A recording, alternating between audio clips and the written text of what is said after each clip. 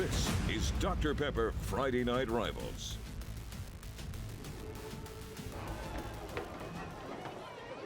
Week 2 of the high school football season here on UTV 44, and it brings us to the opening week of region play. And tonight we open up in a region that we're going to see a lot of this year. A lot of folks say it's the best one in the state, 6A Region 1. A lot of people say, hey, it's the SEC of, even the old SEC, not even the new SEC of high school football down here. Good evening, I'm Jim Cox, my partner Dan Brennan, and we are here at Saraland, a place where we're at a lot for these 6A Region 1 matchups. Saraland, a big win last week over a really good 5A Jackson team here. Viger last week also really good in 5A. They beat Blount, Saraland's opponent tonight, so I think both teams kind of want to see a little bit more of a measuring stick here in tonight's game. Yeah, and I think some of the staff here at Saraland may be suffering a little bit from PTSD with what last week the crowd was so large. Unbelievable. From Jackson and all the schools that wanted to see, Viger and Blount didn't play till Saturday, so probably a lot of those fans came as well. So things a little calmer, but we should see some really good football on the field. Yeah, talking with Jeff Kelly before the game about what he sees in this Blount team, and he says, the thing that jumps out at me, it's that defensive line. There's a young man we've been calling his number for a couple of years now. Yeah, Chase Howard is number 0, and he plays inside sometimes too. Jeff Kelly said he jumped off the film from last week's game against Viger. He's going to be operating from the edge today, and he's going to have his eyes peeled on a guy we're going to talk about from Saraland. Yeah, and you're going to talk more about Chase later on as well. Great in the classroom. Yeah, you talk about Saraland first game of the year. It's not hard to pick a player that you want to focus on. Quarterback KJ Lacy. Well, KJ Lacy has thrown 85 career touchdowns now. He's within 2,800 yards of the all-time record in the state of Alabama for yards thrown by a quarterback. He's committed and has been for some time to the new SEC, the University of Texas. Great player. He's got a lot of poise. He's got a lot of weapons. And really fun to watch, and can make things happen off script. He's just really, really fun to watch, and I'm sure he'll be that way tonight. So 6A Region 1 matchup. We open it up here tonight at Saraland as the Spartans play host to the Blount Leopards, and we come back and we kick it off from Saraland right after this.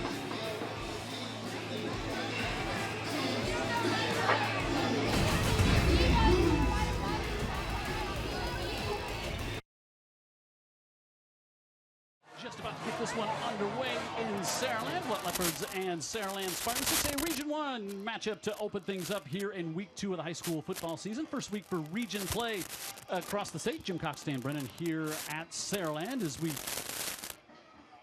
give you the coin toss that just took place moments ago. Brought to you by the Mobile County Sheriff's Department. And the coin toss was won by Saraland. They defer, so they will give Blount the ball first.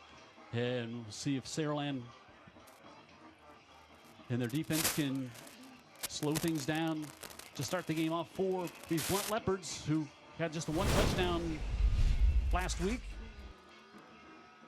Yeah, their troubles started early, Jim. Yep. They got sideways on the first drive, and it really cost them falling behind. Xavier Johnson, one of the deep men back there for the Leopards. He'll play some tight end, some H-back for them. Also, TJ Miller back deep as Tucker Singleton gets ready to kick off. Been doing that a few years now for the Spartans. Jerome Williams also back deep for the Blount Leopards. And Singleton pooches this one to the far side, and a fair catch at the 27 called for. So high kick and no return, and Blount will bring their offense out on the field. Again, Blount played on Saturday last week, so kind of a short week.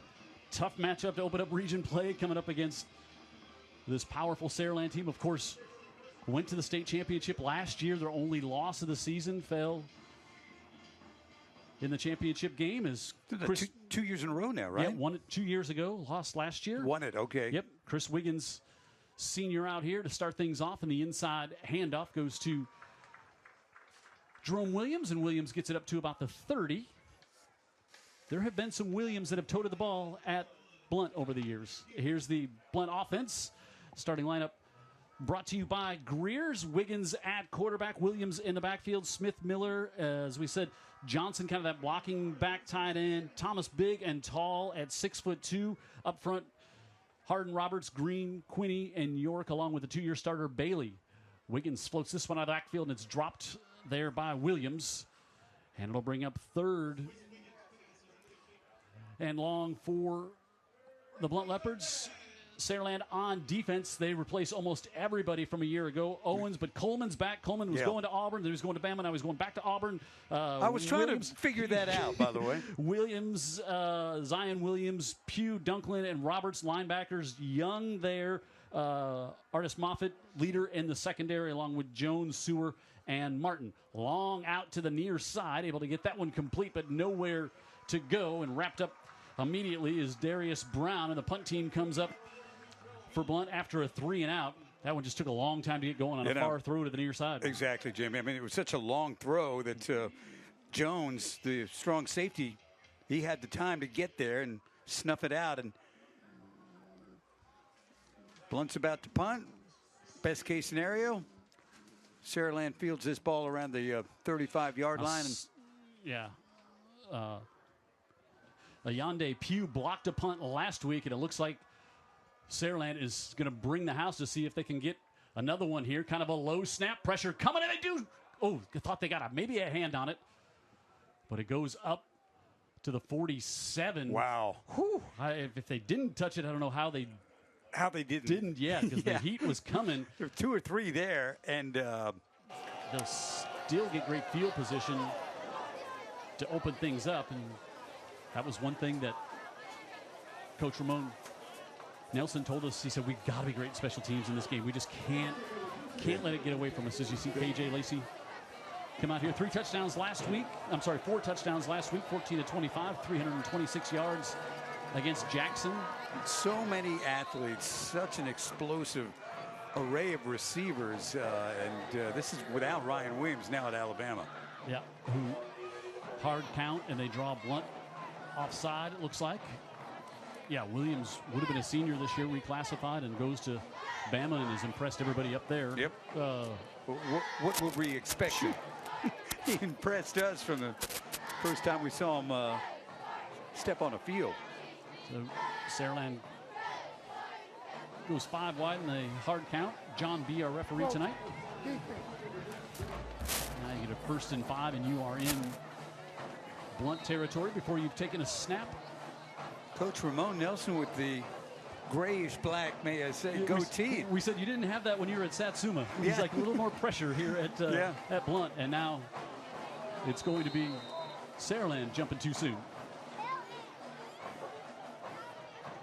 Yep, so C.D. Gill, who had 3 touchdowns last week, 5 catches for 175 yards, may have been the hot rod on that one.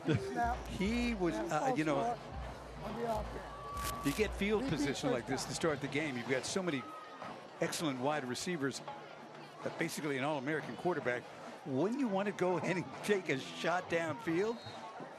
Jeff Kelly, you saw him there, and now we'll see if we can get a snap off.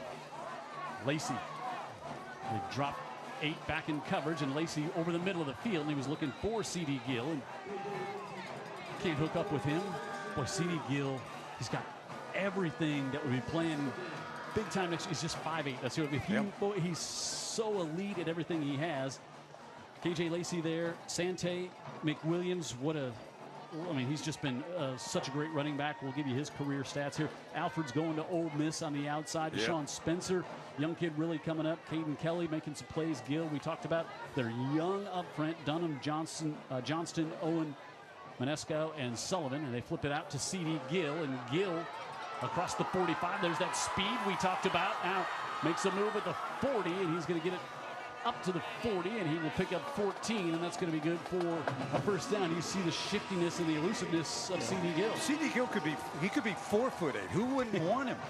Starting lineup, Blount on defense brought to you by Greer's. Chase Howard, Dan talked about him. James Adams is wearing number 7 on the outside this week. Smith, Thomas, Massey, and Land. And the secondary, Coach Nelson said, I want to see how they get tested this week. I want to see how good we are back there. Leatherwood, White, Lazarick Johnson, who's a great player. We'll see him on offense for the Leopards as well. And Mason Jackson rounds out that starting lineup. And little tempo going here, Jim. They get 5 on 1st down. They can put you in the pretzel hold for sure. Yeah, they get up big on teams. They've done that a lot quickly. With this great run here at Saraland under Jeff Kelly. Lacy underneath zips that one off, and he's able to get that one complete. And that's Deshaun Spencer, the junior we talked about, had 6 TDs last year as a sophomore, and he's one that they really like and think he's going to be a future star. On his way up, for sure. And you see Lacy here with a little sidearm delivery there. The one thing, if maybe you haven't seen Saraland the past couple of years, the poise of KJ Lacy just jumps off the screen. Yeah, I was thinking about that. That all the players we've seen in all the years we're doing this kid's unique in that way.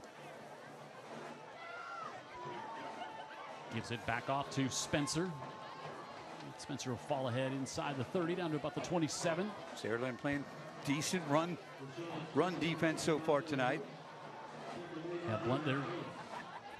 I'm sorry, Blount. Yep, they're solid up front. Adams played well last week on the edge for the Leopards, as did, we talked about Howard inside. Second down and 7. Lacy quickly to the near side again to Gill. Reverses field position at the 20. Should be good for another Saraland first down. Lacy knows where he's going with the ball. He's quick with the release. It's not in his hands long at all. We're going to mark, they're going to mark him just short of the first down. I thought the official on the near side gave it to him, but he's just got this playground kind of at ease about him where it doesn't look like he's in the middle of a high-pressure game with a packed stadium. He's just throwing the football. And Dan mentioned in the open going to Texas. He's been solid commit to Texas.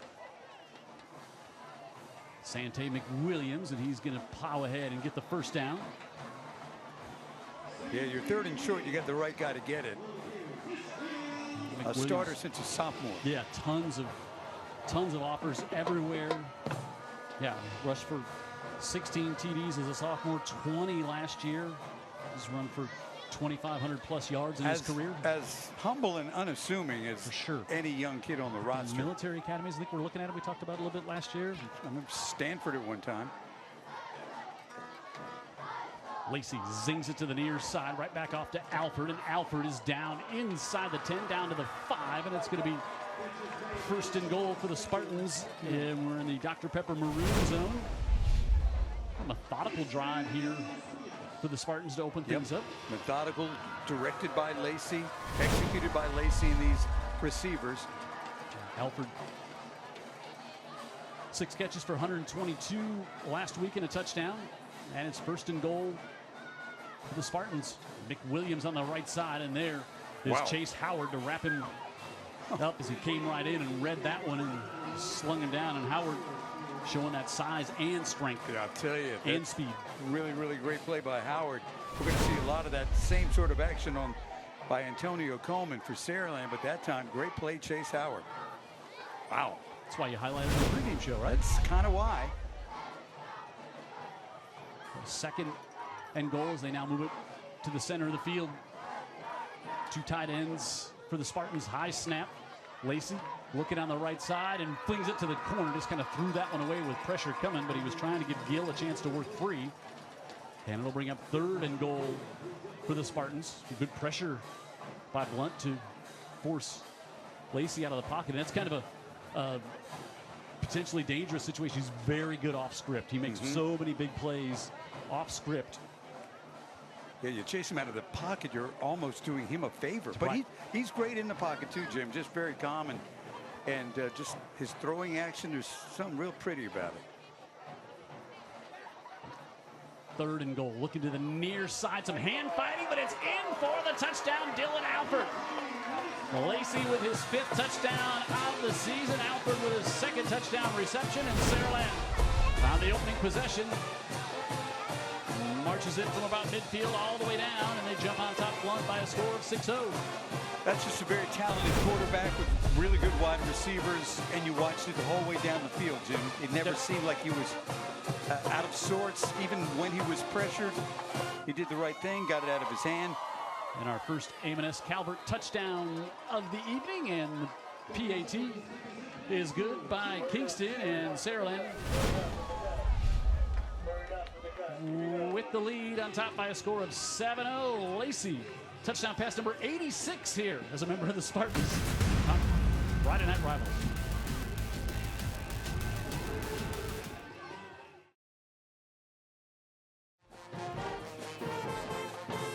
Rivals brought to you by Dr. Pepper has us tonight in Saraland for a 6A Region 1 matchup. Spartans and Leopards here tonight. Jim Cox and Dan Brennan here in Saraland. I see our Smile Cam there, brought to you by McMurphy Orthodontics. The Friday Night Rivals Smile Cam, brought to you by McMurphy Orthodontics.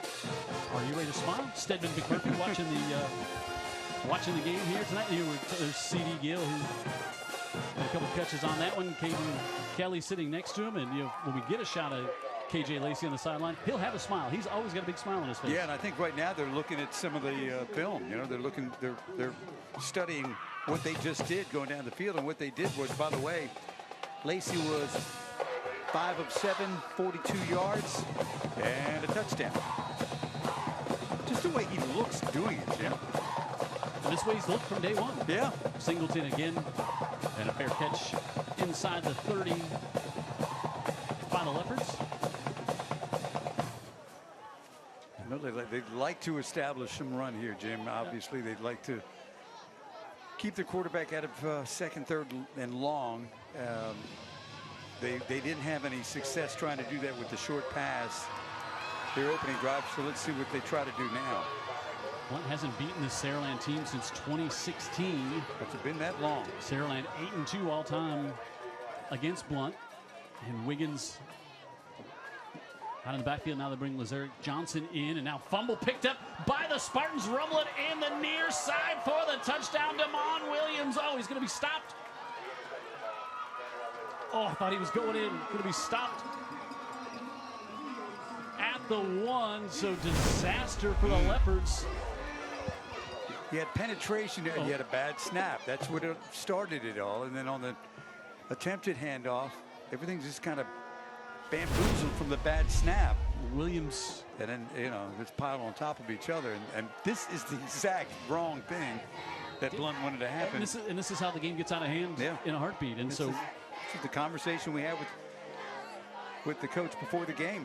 We got to do this. We can't do that. Well, they're doing that. Dr. Pepper maroon zone all the way, first and goal at the 4. Motion to the near side. McWilliams up the middle. He's hit, drops the shoulder, and this time he is in for the touchdown.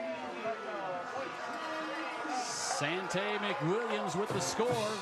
His second touchdown of the season. Had one last week in our A&M Calvert touchdown. As we look at the replay here, Williams, good penetration there, but was able to just battle in. I think Elijah Smith got up on him, and Williams just has a knack for finding the end zone. Sante's almost always going to have the pad level on you, right? Yep, for sure. So he uses that to his advantage, and a great young man and a really good football player too. He'll be playing Division I somewhere next year. One great student as well. Yeah. One play scoring drive, and now if you're Blount, you're like, okay, we got to. So Saraland gets the touchdown on their first drive. Blount gets it back, and on their first play, a bad snap, and then ball gets knocked loose. Rumbling up the near side. I gave him a touchdown a little early as Williams had it, but Mick Williams ends up coming in for the score, and Saraland on top big early.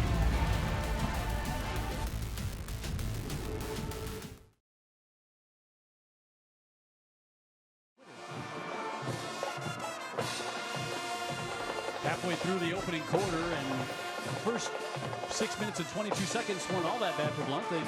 Defense wasn't playing all that bad when they have a turnover, and Saraland almost gets the fumble recovery, almost a scoop and score instead of the 1, and now just like that, Blount's down 2 scores. Well, also they had that great field position, because I don't know if that punt was blocked or not, but that was kind of the plan a little bit. That Jeff Kelly was like, if we've got something here, if we're able to hold them and get a shot at that punter, and they certainly affected the punt. Yep. So they had a short field, scored there methodically. And then, of course, what just happened was, an excerpt from the nightmare that Ramon Nilsson had last night. Like, we can't have this happen, and it just happened. And just a bad snap. This time they'll punt it to the near side. A fair catch will be called for at the 22. All right, now see if Blount can get the ground game going a little bit here. Well, Good luck with that. There's a guy named Antonio Coleman Yeah. right in the middle of Blount's defense, number 95. He's not the only one either. Houston Owens is 6'3", 240 on a defensive end. This is a big talent, and he's the centerpiece. Yeah, you know, they start 3 seniors up there. They're not young; they're just inexperienced because they were so deep up there the past few years. Of course, Coleman has been starting now 3 years for the Spartans. And there's Wiggins. Wiggins looking to throw pressure. Rolls to the near side. He's going to drop the shoulder and just get forced out of bounds as Zion Williams there to not allow him to escape, and good coverage downfield. Nobody open for Wiggins to throw it to. He was looking for Naheem Thomas down the near side, but couldn't get it to him. So it was Antonio Coleman right over center, skipped by him. Immediately there was pressure, and then really nothing for Wiggins to do. Stay with Williams in the backfield. Now snap Oh over the head of Wiggins, bouncing, and now they're going to give this one a touchdown. This time they'll say it is a touchdown. Second time for Damone Williams. In for the score, and 2 bad snaps. Has this one feeling almost out of reach. Yeah, and I think a lot of these things kind of go together, right? You've got Antonio Coleman over the center. So the center's feeling uncomfortable with that, possibly. Is that leading to the bad snaps? Not sure. Yeah. But it all seems to work together. Not helping. A.M.S. Calvert touchdown for Williams, who has 2 fumble recoveries on the night. And the PAT is good. And Blount's run 5 plays so far here tonight. And it's 21-0. No chance for Wiggins on this one. And Williams picks it up, lunges forward, bobbles it, has it. Another Saraland touchdown. 5.5 to go in the first.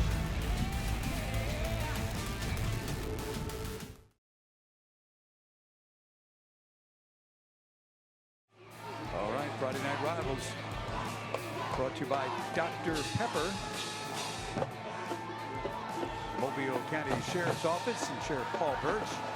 Thanks a bunch, guys. Appreciate it. Greer's Market since 1916. And another fair catch called for at the 22. So we're saying, okay, Blount would like to get the running game going. Blount would just like to get the quarterback center exchange going. Yeah, it's a little more basic than that, right? Boy, a tough way to start. Must have been kick this one again. Was there a penalty? Was our red hat still on the field? I'm not sure what happened here. They're gonna. Jeff Kelly's getting an explanation. So it's not a penalty, just a do-over? Yeah, like at the park, so redo in the backyard. Okay. I wonder if maybe. Yeah, I wonder if he didn't have if he kicked it before the official gave him the good to go. Got it. That's it. Yeah, clearly. Yeah. Clearly, Tucker Singleton didn't realize Dan Brennan had not finished the billboard read yet. He hadn't finished Greer's yet, and he kicked off. I hadn't gotten to this Greer's Market. Yeah. So same thing, except down to the far hash. So the referees, let me get this straight. The referees don't have earpieces where they're listening to the broadcast? Maybe. I mean, that's maybe. So surprised by that. Our red hat had not officially stepped off the field yet. Tucker Singleton was like, "Come on, let's go, chop chop, let's go." So often that our commentary up here would provide clarity for the referees. All right, let us help you. All right, so Blount needs some help here. They need to just kind of stem the tide a little bit, try to get away from being quite so rattled, and back to the line of scrimmage. And positive yards, Jim. Yeah, Houston Owens wrapped up Jerome Williams there in the backfield. Coach Nelson, I said, Jerome Williams related to Deshaun Williams, who was so great running the ball at Blount past few years? He said, no relation there. TJ Wright, was that a guy from years ago? Yeah, on staff over there now. Yeah, right? yeah, I saw him on the sideline. Great little slot receiver years ago, and just very friendly fella. Pickup of 2. Wiggins has Johnson in motion. Back to Williams, and he'll fall ahead for a few. Kind of felt like he had something going there, got tripped up just from behind, and 3rd down coming up. Yeah, we were talking before the game, and I was asking Coach, I said, I know the problems have been on offense. Is there anything that you feel good about? He said that the counter worked pretty well last week. Against Viger, yeah.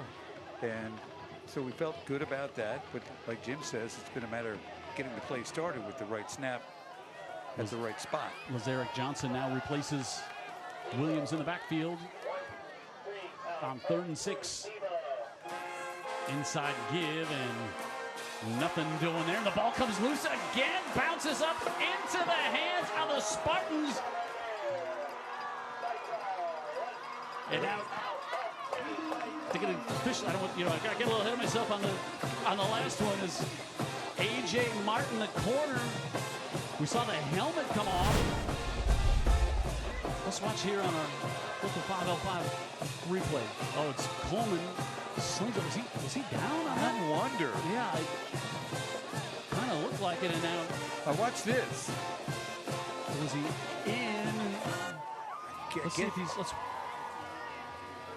I think. He looked like he was down. I think he was down. Now we'll see if Martin, the good hustle by Thomas. I don't know if they credited Martin with that or not, but 2 defensive touchdowns in the first quarter. I think the ground caused that fumble too. Yeah, I mean, it was a violent tackle by Coleman, and he's known to do that, but he wrapped up Johnson and slung him down. And of course, now here also, so at the Jumbotron, they have our feed here, so we're showing at the end. And let's see, did he get across? Hard to tell from the far side. Who ended up with the ball in the end? So, wow, Blount ended up with the ball in the end too. it's hot. There might be 2 reasons Yeah, that wasn't a touchdown. Not sure if the ground didn't cause the fumble on Johnson. I mean, it's just Coleman wrapped him up and almost like the Greco-Roman wrestling takedown. Yeah. So 28-0, and Saraland's offense has not had to be on the field here for the. Yeah, if you're guessing how it got to be 28-0, just forget about it. You won't get it right. You assume this offense, this great quarterback and his receivers are doing the job. Watch again now. Coleman throws him. Still got the ball on the ground. Boy, he's down. Well, it might have been coming loose. It was close. Sure, kind of looked down now. One will take this one is Miller up the near side and forced out of bounds. Whew. Wow. Saraland offense had that first drive, 52 yards, and then a 1-play, 2-yard drive, and then their defense with back-to-back scoop and scores. Crazy. 3 turnovers in the first half. There's Coach Ramon Nelson, and of course he and Jeff Kelly both took Satsuma to the playoffs in their career.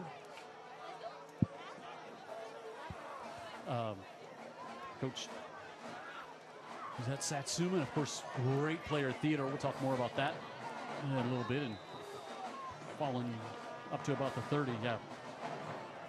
Coach Nelson came here last year, 4th coach in 5 years at Blount. They've had a lot of turnover there.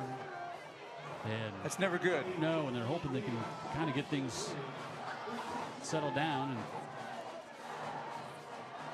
Coach Nelson, it'd be great to see him there. Jeff Kelly, what a run he's had here at Saraland. He's been here. It's his 14th season, been here every year except the very first one at Saraland. Of course, we'll talk all about what this Saraland team has done in the state championship game last 2 years. Fired down the near side and nearly picked off. Is that one? Wardrick Jones was the safety trying to close in on that one. Jeff Kelly, of course, runner-up last year, won the state championship 2 years ago, runner-up in 2014 and 2018 here at Saraland as well. It really is. I mean, he's been the guy that has just taken this program from, you know, he again came here in year 2, but it's pretty much been him growing this football program for 14 to 15 years. He's grown in every way imaginable, Jim, and to the point we get here tonight, and there's such a huge support staff around the stadium, around the parking, around everything. Dumped out of the backfield and tripped up at about the 34. Going to be short of the first down.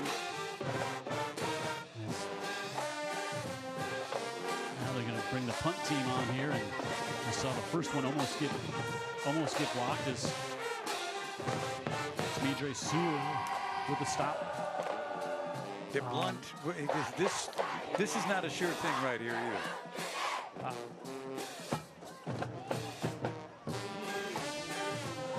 They're not in punt blocks, so there's that. So C.D. Gill will stand back about his own 35.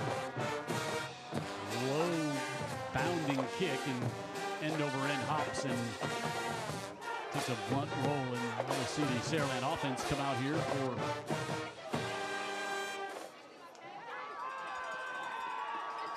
for them to take over at about the 28. That's just falling apart quickly here in the first quarter, and Saraland on top big, and they've just done it. It's not, you know, you don't want to take anything away from. They've been opportunistic, but it's been Blount just, you know, giving it to you. Yeah, really. It's a tough thing to do for sure. KJ Lacy, Texas commit, slings this one to the near side, hangs it up in the air and diving, and unable to come up with it was Alford. And that's the other thing you notice. It looks effortless when he throws the ball. I know. That's what I'm saying. That's where he's different than 40 yards in the air. Yeah, and nearly anybody we've seen. No sweat, not a big deal. You know what I think? I think you're open, and it's pretty much right there. A little underthrown, but that's a catch that Alfred will make much of the time, right? Yeah, bring up 2nd and 10 for Lacy. Had touchdown throws of 65 and 63 yards last week against Jackson.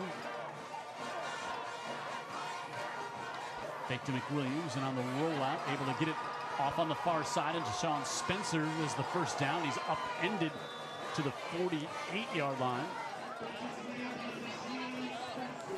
And he'll pick up first down and then some. Yeah. Look at just the ease, and now it's a quick out, and it's a really good player, and you're going to get 20 yards out of it.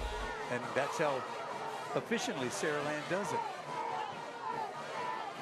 Inside Leopard territory. Spencer in motion. Get it to him out of the backfield. Got a block on the near side, and Spencer just slithers ahead inside the 40, and that'll be good for another Saraland first down. Simple thing, Jim. But, Roof Doctor first down. You know, you got a quick swing pass, but thrown perfectly on a line. Get a great block on the edge. Watch him get it to him real quick right there. So he can continue with his momentum. Yep. It's not a small thing. That's what Lacy does all the time. Yeah. And Sean Spencer kind of limping off after that one. Yeah, you're right. I mean, he catches the ball with momentum already. Yep. Already headed upfield. Yeah, the yards he gained largely are due to the placement of the pass. Actually, they'll back him up a half yard, make it 2nd and less than 1. But now out of the backfield, McWilliams will pick up the first down and then some as he's to the 20-yard lines. Now it's a Roof Doctor first down. And that'll probably bring... Nope, they'll have to snap it one more time here in the opening quarter. Yeah, you're looking at that score, and it has not been an offensive explosion. It really hasn't. It's been the plays that they made on the defensive side, or plays that Blount has made offensively that were kind of blundered. That last touchdown could have been disputed for sure. Yep, pre-snap Saraland. flag here. I think it's going to be maybe Blount have 12 on the field. Maybe.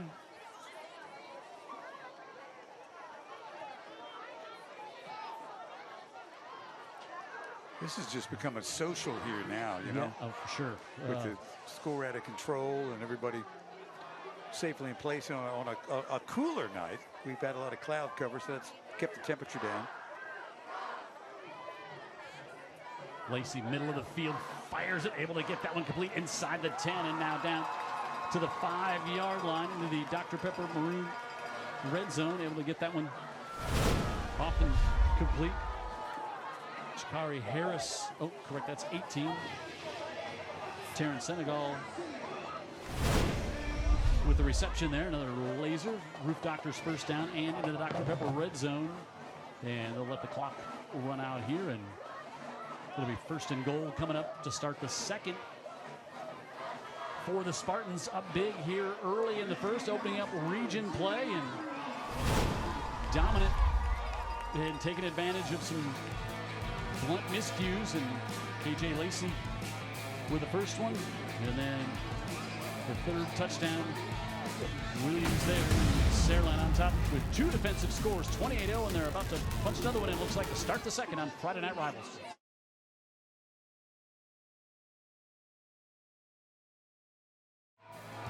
Ready to start the second. It's first and goal in that Dr. Pepper Maroon zone for the Spartans, already on top by a score of 28-0. They're looking to add more on first and goal. Lacy looking to throw, zings it into the back of the end zone for the touchdown. Lacy with the, again, zips it, puts it right on the money for the touchdown. You've got all the throws, doesn't he? Watch this. A lot of zip. Of course, it's Gill. It's Alfred, actually. Oh, Alfred, I should say. Yeah, he makes a nice sliding catch, nearly unopposed in the end zone. And Amos Calvert, touchdown for the Saraland Spartans. And they're on top big here by a score of 35-0, one play into the second quarter. All right, now your coach Ramon Nelson, you're just kind of scrambling like, okay, so we got to get something, we got to get some positives, take away some anywhere that we can. You know, you watch it and you sit here and you try to analyze what you've seen so far, thinking, well, what can they do? Well, if the snap isn't good, nothing's going to be good. Right. So you've got to get that straightened out first of all, obviously. And then, you know, can you get a push? Can you get a couple of first downs on the ground, or give yourself a third and short with it? Wiggins is able to operate and convert those first downs. Blunt's got to keep their head up. They got a long way to go. It's like being a long way from shore. You still got to swim there. And it's 3 more quarters. Something's going to happen. You might as well start making something good happen.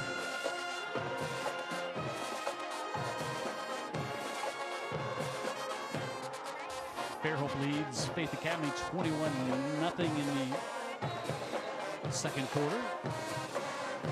And Singleton super high to the near side, and Miller will take that at the 18. Goes across the field, and Williams will wrap him up and bring him down inside the 15. They'll mark it in about the 16-yard line. Yep. You've got speed. We've got speed too. Yep. Don't try that action. Try to cross the field. And Williams, who's got 2 fumble recoveries. Damon Williams in the first quarter, and a touchdown, has the special team stop there as well. 6'1", 210. He's been involved, hasn't he? I would say. And it's a big Saraland lead. Gulf Shores and Mary G. Goodwin out in Sims tonight, 7-7. That one's still in the first quarter. Were you wondering how Opp was doing against Northview, Dan? I was. The Aaron family hometown on top by a score of 14-0. Wiggins with Williams in the backfield. dumps it out, and nice catch there by Williams, and he lost his footing at the line of scrimmage. That's a nice catch by Williams. That one had to get over the outstretched arm to the Saraland defender. And as Wiggins went to turn the corner. And notice the penetration here doesn't make this play nearly as clean. Wow. And that might have been Williams again. might have been Williams again, yeah.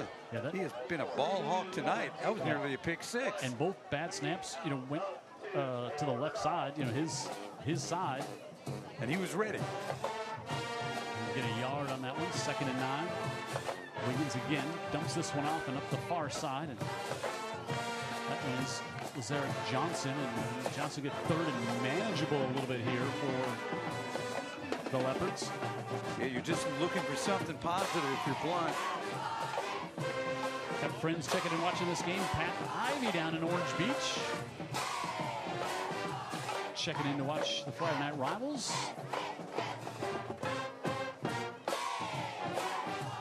Well, evidently, it was quite a game last week here between Saraland and Jackson.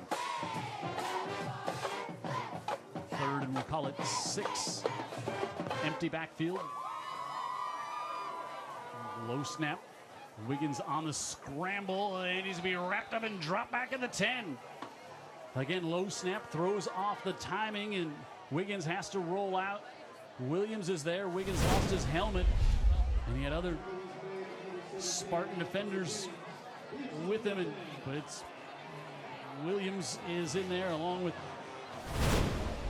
some help coming from Isaiah Mormon, who had a sack last week, and Jennings, also a youngster off the bench, makes a good play there, 17. yeah, they've been so good at linebacker for so long here in Saraland, and I think they can get there again this year. They're rotating in a bunch of players and a better punt that time, and hit right as he caught it with C.D. Gill, and he'll bring it up to the 37-yard line. So again, good field position for the Spartans.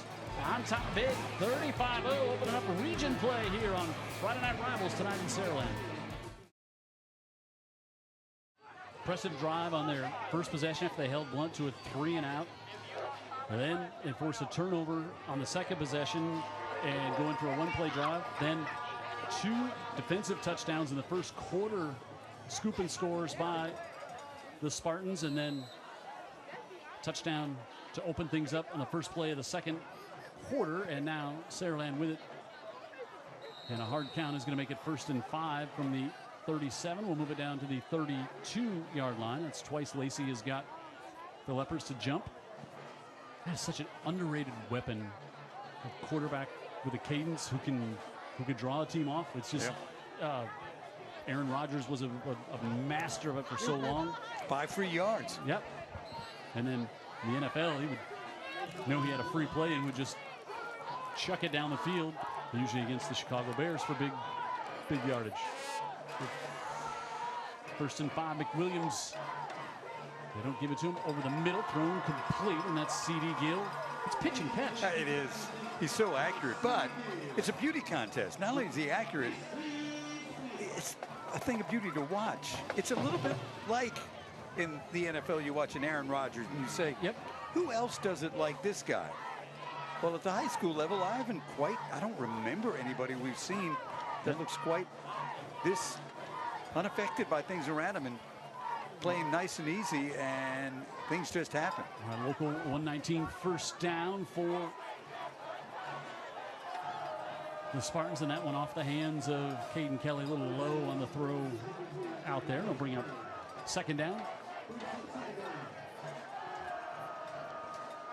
Coming up at halftime, it's our IBEW halftime show. Dan Brennan will be down on the field with interviewing the stars on site here tonight at there might be some. Saraland.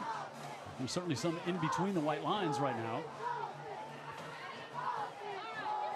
And we'll also have our Scholastic Athletes of the Week at halftime. And we're going to get a... Not sure. The officials are not sure. We thought there was going to be a timeout, maybe a... officials trying to figure out what Official on the far side blew the whistle, but did not drop a flag. And John B turned around, looked like he was going to motion for a timeout.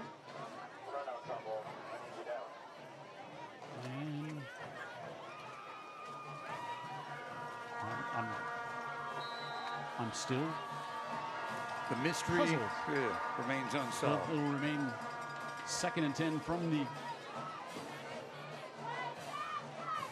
21. Lacy rolls to his right, looking, flings to the back of the end zone and off the hands of Kelly. He also had Dylan Alford back there. Back-to-back incompletions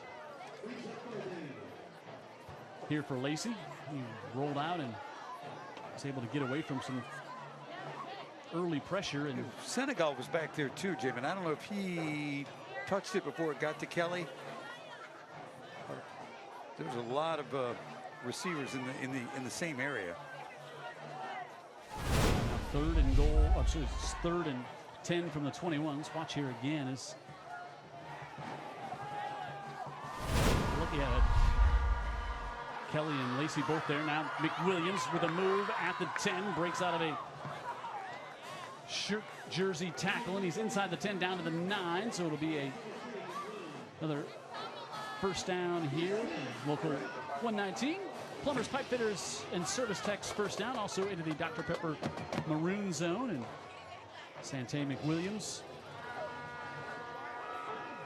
has the Spartans in a 1st and goal situation. Lacy off to McWilliams, and Blount's defense does a good job to knock him out of bounds there with no gain on that one. Braxton Thompson, the senior linebacker there. A handful of tackles against Biger last week. Knocks McWilliams out of bounds for no gain. I would suppose, considering down in distance, and the All-American type quarterback, that you let him pick out somebody in the end zone and trust him. Let's see. Alford split out wide to the bottom of the screen. Gill in the slot, and I think Blount hustled to get a timeout. Did not like that alignment, and Blount gets the timeout before the snap there. Did I think, you know, all right, come back. 1st and goal coming up. 2nd and goal coming up from the 10 after this timeout here on Friday Night Rivals.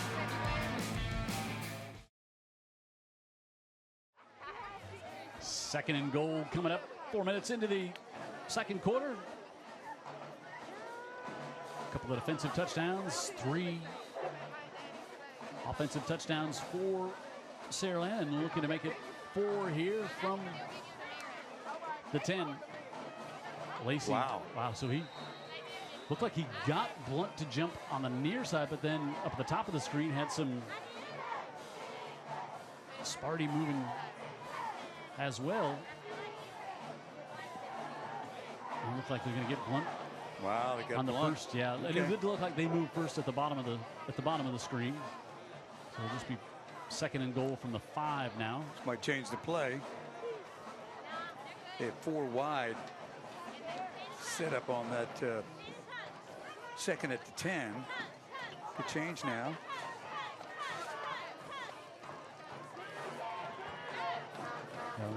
No, now they're going to come back and say, no, it was against Saraland after the conference. We go back to the 15.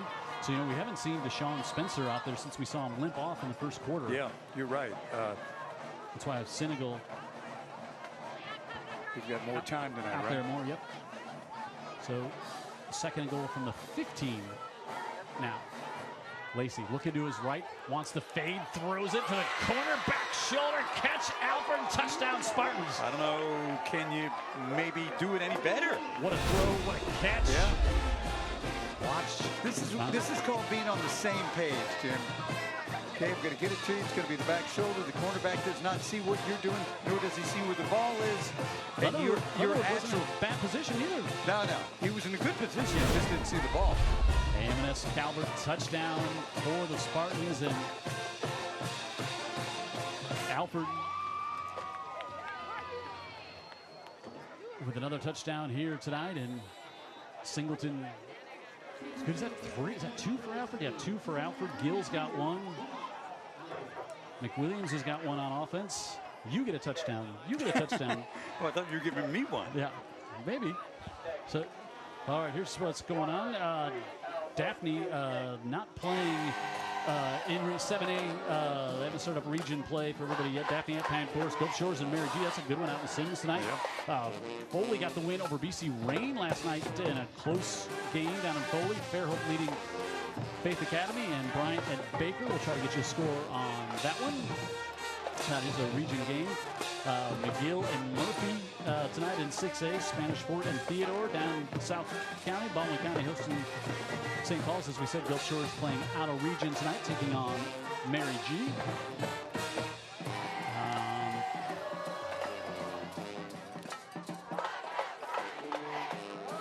Okay.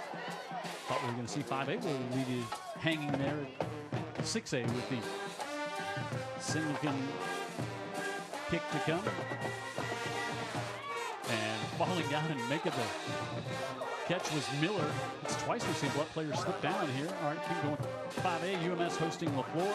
Boy, we were just talking in break. It was really tough for teams to score on UMS right with that defense we saw last week. If they play like that all year, they're going to be tough to score on. Citronelle at the beach tonight. As we said, Foley beat Rain last night. Williamson and Wayne County tonight. Tuscaloosa County and Viger, and Faith Academy and Fairhope with an on-region matchup, and Fairhope was on top big in that one. And then we look at our 4A games. Cottage Hill at home against Satsuma. As we said, Orange Beach at home tonight. Monroe County and Escambia County. Excel at home. Jackson and Demopolis. And busy night of Friday night rivals. 3A Bayside on the road. As we said, Satsuma taking on Cottage Hill. And Illusion Hillcrest tonight. Wilmington and Chickasaw, and Strawn and TR Miller. Again, a low snap, and I thought Wiggins put his knee down. I know. Yeah, I think they're going to whistle him down, as when he bent down to pick it up, I think he put his knee down. And the snaps have been inaccurate in a variety of ways. Right. They've been way over his head, high and outside, and also Bayshore Christian on the road tonight against McIntosh, St. Luke's and Marengo, Clark County and Leroy. Central and Blackshear. Game ball in our viewing area here tonight. And 1A game, Sweetwater and Thomasville. Dan Brennan and I have done that game in the past. Leroy's at home against Clark County. Fruitdale and Pleasant home. Southern Choctaw at home tonight. And Wiggins now with some room up the right side on the run. And going to be knocked down with a good open field tackle there past the original line of scrimmage, as he was brought down on the play by A.J. Martin. And third down now coming up for the Leopards. And third and about 13. Get behind the sticks, Dan. It's tough to run a counter play, right? Yeah, that's what Ramon Nelson likes to run is the counter, and they've not given themselves an opportunity to do that. Yeah, had some success with it against Viger last week. Wiggins going to pull it down, and now Wiggins will just slide and get brought down at about the 30, and going to be well short of the first down, as Wiggins was being chased out there by Williams. He has seen enough of Williams tonight, so it's going to bring up fourth down, and punting situation coming up for the Leopards here is, have they got a first down here tonight? Dan, I'm not sure Blount's had a first down yet. No, they have not had a first down. And the punt can be kind of risky as well, because they haven't protected well. Evans Elakima, the punter, went high and short. Just take a pretty good Blount hop, but Saraland going to have great field position at the 48-yard line. So, Dan, you know, sometimes you play word association, like I give you a word and just first thing that comes to your mind. Well, we're not going to do that. We're going to take a heat timeout. 42-0 Saraland with a good field position when we come back here in the second. A little more than halfway through the second quarter. Jim Cox, Dan Brennan here at Saraland tonight, and Spartans on top big as they open up region play against Blount, and Sante McWilliams going to plow ahead inside the 40 for a gain of 16, and that's going to be good for a local 119 first down here for the Spartans. Big, huge hole in the middle. McWilliams really didn't have to do anything but just run straight forward, and he wasn't touched till he was about 12 yards downfield. But get a whistle before that one gets going. I'm not sure if they might have had some. I think they might have had an issue with the chain on the far side. Something's got to slow Saraland down. Let it be the chain. You know, Bayshore Christian Academy, you were talking about that team. It's only been playing football now a short period of time. Yeah, first games this year, right? This is it. Coach Lazenby. Lazenby, our old friend from UMS Wright many years ago. And of course, he won a lot of games as the head guy, Bayside Academy. Yeah, they lead McIntosh 14-0 right now after the first quarter. Fills up. Bayshore Academy's wow. up 14-0 in the first quarter. Did you hear Nick Saban on McAfee talk about Pat White, former Daphne quarterback, I today? missed that, but Pat White was on set. Yeah. Saban's still a little upset he got away to West Virginia. Inside and nowhere to go. Going to be a loss for McWilliams on that one. Elijah Smith, the junior linebacker, in there with good penetration. Rare time Saraland goes backwards here. Trying to find a score from down at Theodore and Spanish Fort. Haven't got one yet. 2nd and 12, and boy, Alikama just comes in and wipes out the 2-yard loss on first down there with the encroachment penalty, and now they'll make it 2nd and 7 for the Spartans. Dan will talk to Jeff Kelly at the end of quarter number 2 here, heading into halftime. Already map questing my route. Your strategy. Yeah. Jeff's going to say, still got a lot of football left in this game. Yeah. And also, what took you so long? It's very patient on game day. Lacy, all kinds of time. Looks to the right side, open with the high-handed catches C.D. Gill. What a strike. Lacy, 34 yards. What a throw. Right on the hands of Gill. He was looking over the whole field, Jim, and that's the last place he looked. And once he saw what he saw, watch his head snap. Like, this guy.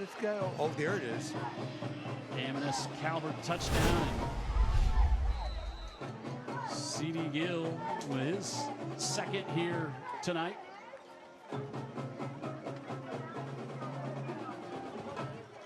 And Singleton stays perfect on the night. It is 49-0 with 4 minutes to go in the second quarter here. Watch as we isolate on Lacy. Steps into the throw.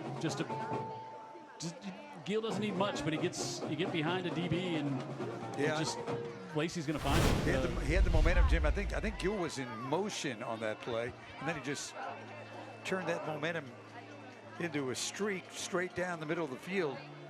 And you had to know that Lacy, in his mind, was like, it's probably the guy that's going to be open right there. And in the end, he saw him and ripped it in there. And notice, too, Jim, the way he throws different passes with intention. Yep. He throws a bullet when he needs a touch. bullet. Yeah, the touch. He's got incredible touch. Incredible touch.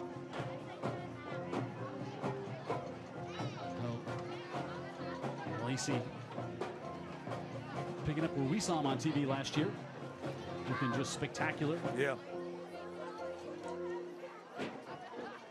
And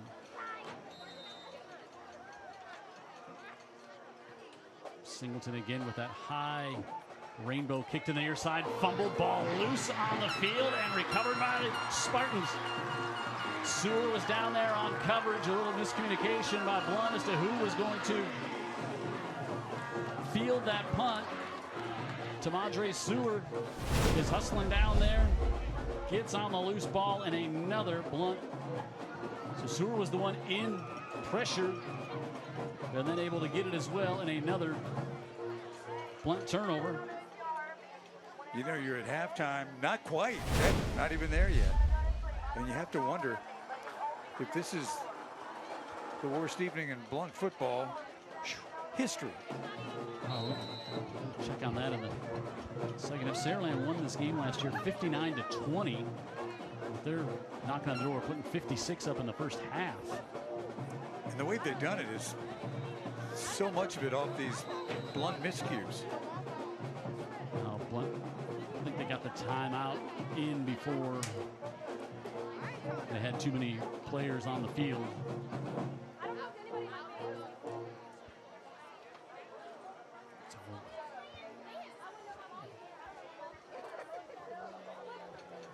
All right, so we'll give us get you a score here. Theodore on top of Spanish Fort 7-3 at the half. Okay. And that 6A Region 1 game. Dan Brennan. Yeah, I'd like to thank everybody that is part of our Friday Night Rivals, including Dean Wade Injury Lawyers. They've been a sponsor for some time. The Scholastic Athlete sponsor this year. Yep. Also, thank you very much to McMurphy Orthodontics. Roof doctors. Got a sick roof? There you go. And AM/NS Calvert as well. Couldn't have touchdowns this week without them. couldn't. They couldn't. Well, they're hiring right now. They're only giving one side touchdown so far tonight. All right. Lacy with a high snap, gives it up. McWilliams, a huge hole on the left side, and that's going to be a Roof Doctor's first down and a visit into the Dr. Pepper maroon zone. And you just see the body language of these young kids, and you're just boy. It's tough. Yeah. It's really tough. And I mean, this is a young offensive line for Saraland. Kelly's got to like to see what he sees right there. He was very complimentary of this Blount defensive line coming into this game. You talked to him this week. When I talked to him this week, he had the same thing to say.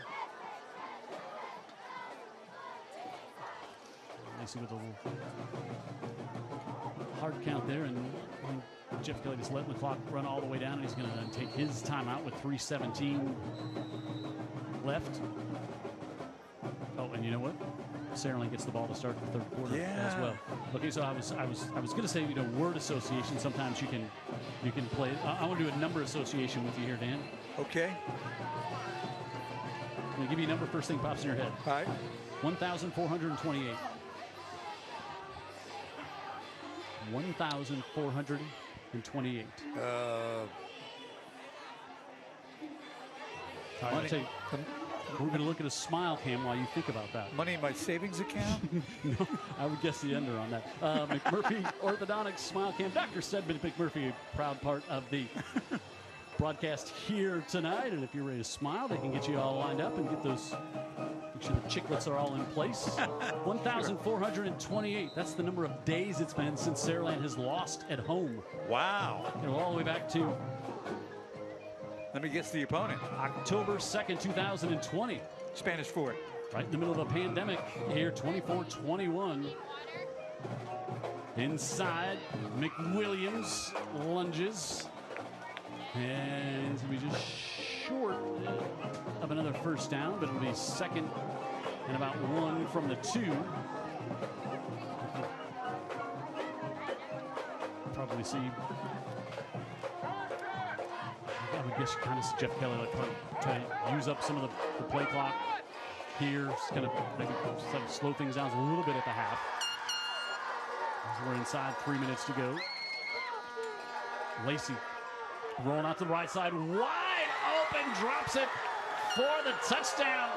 Rolls out. The touchdown, Leighton Strickland. with the touchdown. Big tight end. Boy, he was wide open. Yeah, but watch this. I mean, that's the magic of Lacy. Yeah, there's 5 Blount defenders in the end zone and none around. Leighton Strickland for the A&S Calvert touchdown. And boy, his teammates are super excited for him to get it. If we look at those stats, probably not a bunch of catches on the year for tight end, tackle. Yeah. And, you know, you just tell how popular a teammate he is with the rest of his team there. Look at how excited they are for him to get the touchdown. Boy, this is a really great scene. You might have to ask Coach Kelly about Leighton Strickland and the touchdown there. That's a pretty big emotional response there from the. I'm sure they drew up the play just for him. Yep, and his teammates were happy to get him. Yeah, talk about that. So since the 2018 season, Saraland is 31-3 here at home. I mean, it's just so impressive, and they're going to get a win here tonight. But yeah, that was a game we did here on Friday Night Rivals, right? I'm sure we did. 2020. Wow. Yep. The pandemic year. Almost 4 years. So did they limit crowds that year? I don't remember. No, I don't know. They don't, because I think we're outside. Yeah. And it was, it started in March, and that was in October. So I think we were outside by then. Yeah, but we had a lot of events. I mean, look at the SEC. They were at 25% capacity, remember? Social distancing. And going backwards is Miller, and now way backwards more, and he's all the way inside the 10 down to about the 7 is where they'll mark him down, and Blount way down deep, and they could really use one of those, their first down here, just to try to get out of this first half. They couldn't find a break if it slapped him in the face. They keep trying to go wide here against this kickoff team, and there's a lot of speed in red as well.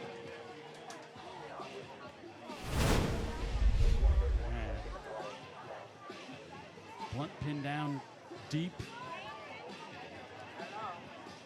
Yeah, we're talking about Coach Nelson in 2000. He was playing out at Theodore, and he was the 6A back of the year. Threw for 3,295 yards, 29 TDs. Threw for 461 against Pelham. I mean, 461. I think I remember. Well, I probably missed. It was the first year we started doing the games. Yeah, in 2000. It seems to me they were scoring 40 points a game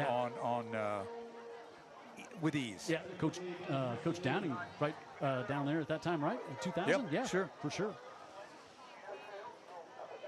He retired in like 03, 04. Yeah, and then did some of the private school thing. Yeah, for a while. Private school thing. Like he actually went to be a head coach at a private school, Jim. Well, but that's all right. But the landscape has really changed a lot in these 20 years. I mean, Saraland wasn't a school. No, 15 years. I mean, 15 years. They've gone to the state championship game 4 times and won 1-1. Had a great season last year. Came up just short, literally about 2 yards short at the end of the game last year at the Super 7.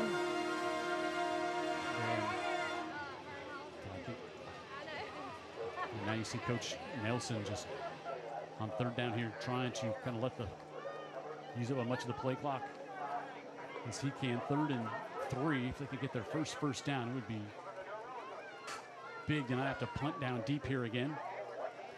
Wiggins gives it off up the middle, and they are going to have their first down as Williams across the 30, and a local 119 first down.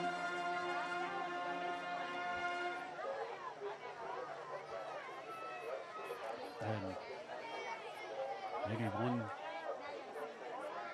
thinking another player too here. Yeah, I think Coach Nelson is just like, we'll get this one where we don't have to snap it maybe again after this and just try to get out of here and get the regroup going. And trying to bounce to the outside is Williams, and the helmet came off and flags came flying in. If there was a face mask in there that maybe caused the helmet to be dislodged.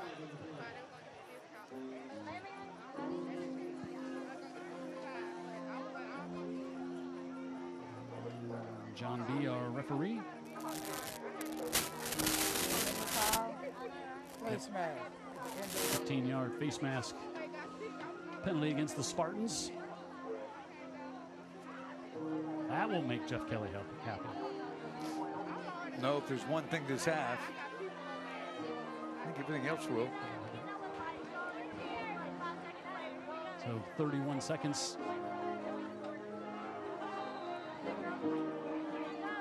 left here in second quarter. That's been all Saraland so far.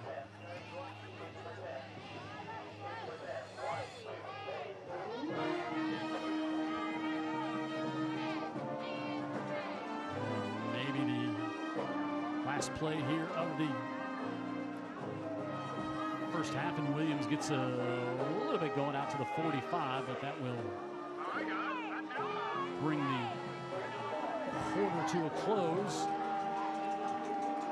And a big first half for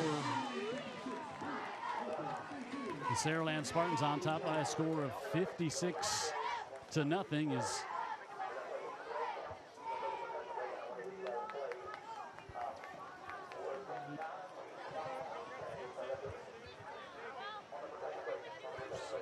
wait for Coach Jeff Kelly and Dan Brennan to come on. I see Dan up around the 20. He's making his way over to Coach Kelly. He's going to take a few steps. He'll meet him even a little bit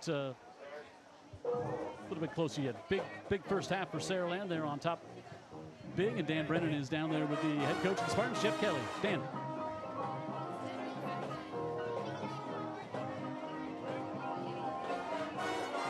Jeff Kelly at half, everything went your way. You took advantage of every break you got, and you got a bunch of them. You know, we got some breaks early. You know, defensively we had some turnovers there, and got us some quick scores. And you know, all in all, I thought we've done some things pretty well. We've executed well at times. I thought we've been balanced offensively. KJ's had a good half. We've been able to get some run stuff going in the second quarter. So, you know, all in all, a pretty good half. Real quick, I think the audience, if they're wondering anything right now, they're thinking, how do you approach the second half of a game like this? You know, we're going to get in there and, you know, get with our coaches and, you know, see how we want to approach the second half. And obviously we want to come out and have a good taste and finish the right way and that kind of stuff, but also maybe get a chance to play some of our other guys as well. Thanks a bunch, Coach. Yes, sir. Thank you. Halftime, it is 56-0. Saraland on top, back to Jim upstairs. All right.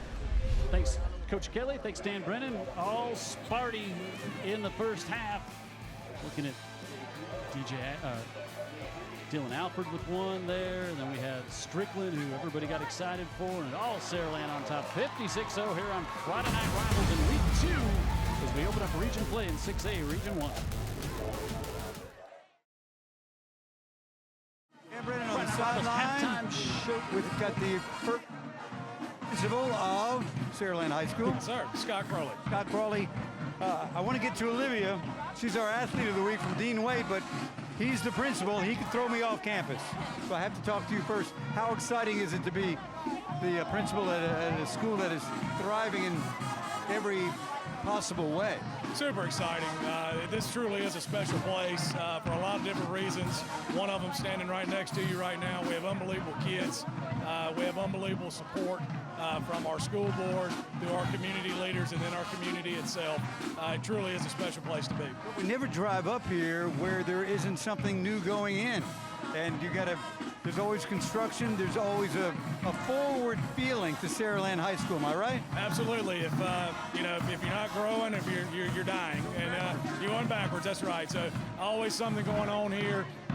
Anything that we can do to be able to provide for our kids, that's what we're going to do. How are you doing in your rookie year? Well, I've been here for a very long time. I actually used to be on the sidelines here and have made my way up. Rookie year as the head guy, you know. Yes. So it's been a great year to start with.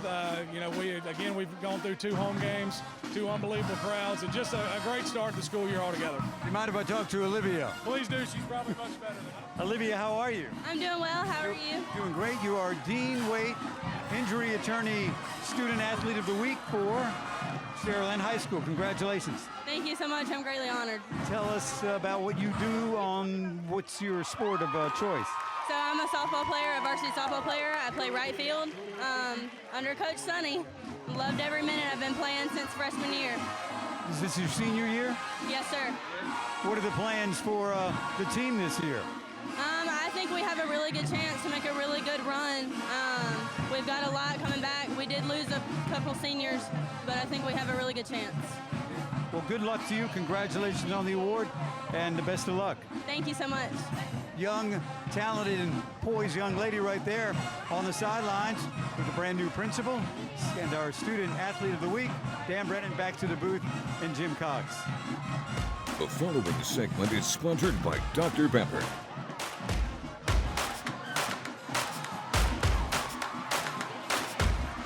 One of the things that resonates us at Coca-Cola United and Dr. Pepper that correlates between team sports and back into our business is no doubt is teamwork.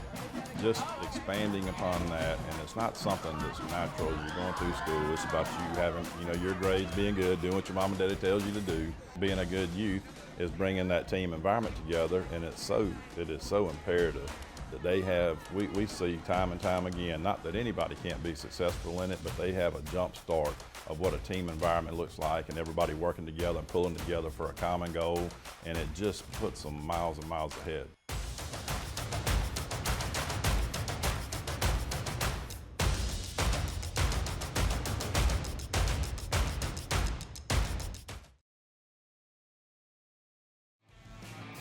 Yeah, that's the score at the half. It's been all Saraland. As Dan was just talking to Jeff Kelly, they've been taking advantage of some great opportunities. Blount having trouble turning the football over, and all Saraland in the first half. Blount got a first down very late in the final plays of the first half to get their first one of that first half. That's how little they had going on offense. And you were talking to Jeff Kelly, Dan, and it's just he just wants to come out, finish strong, and get out of here healthy. And it's just it's just. And I thought there, these are the tough interviews to do. It would be tough for talking to Ramon right now, obviously. Right. But, I was thinking to myself, what would the audience want to know? I think it's like, you're up 56. You're at home. You're very good. You're very good. How do you manage the second half?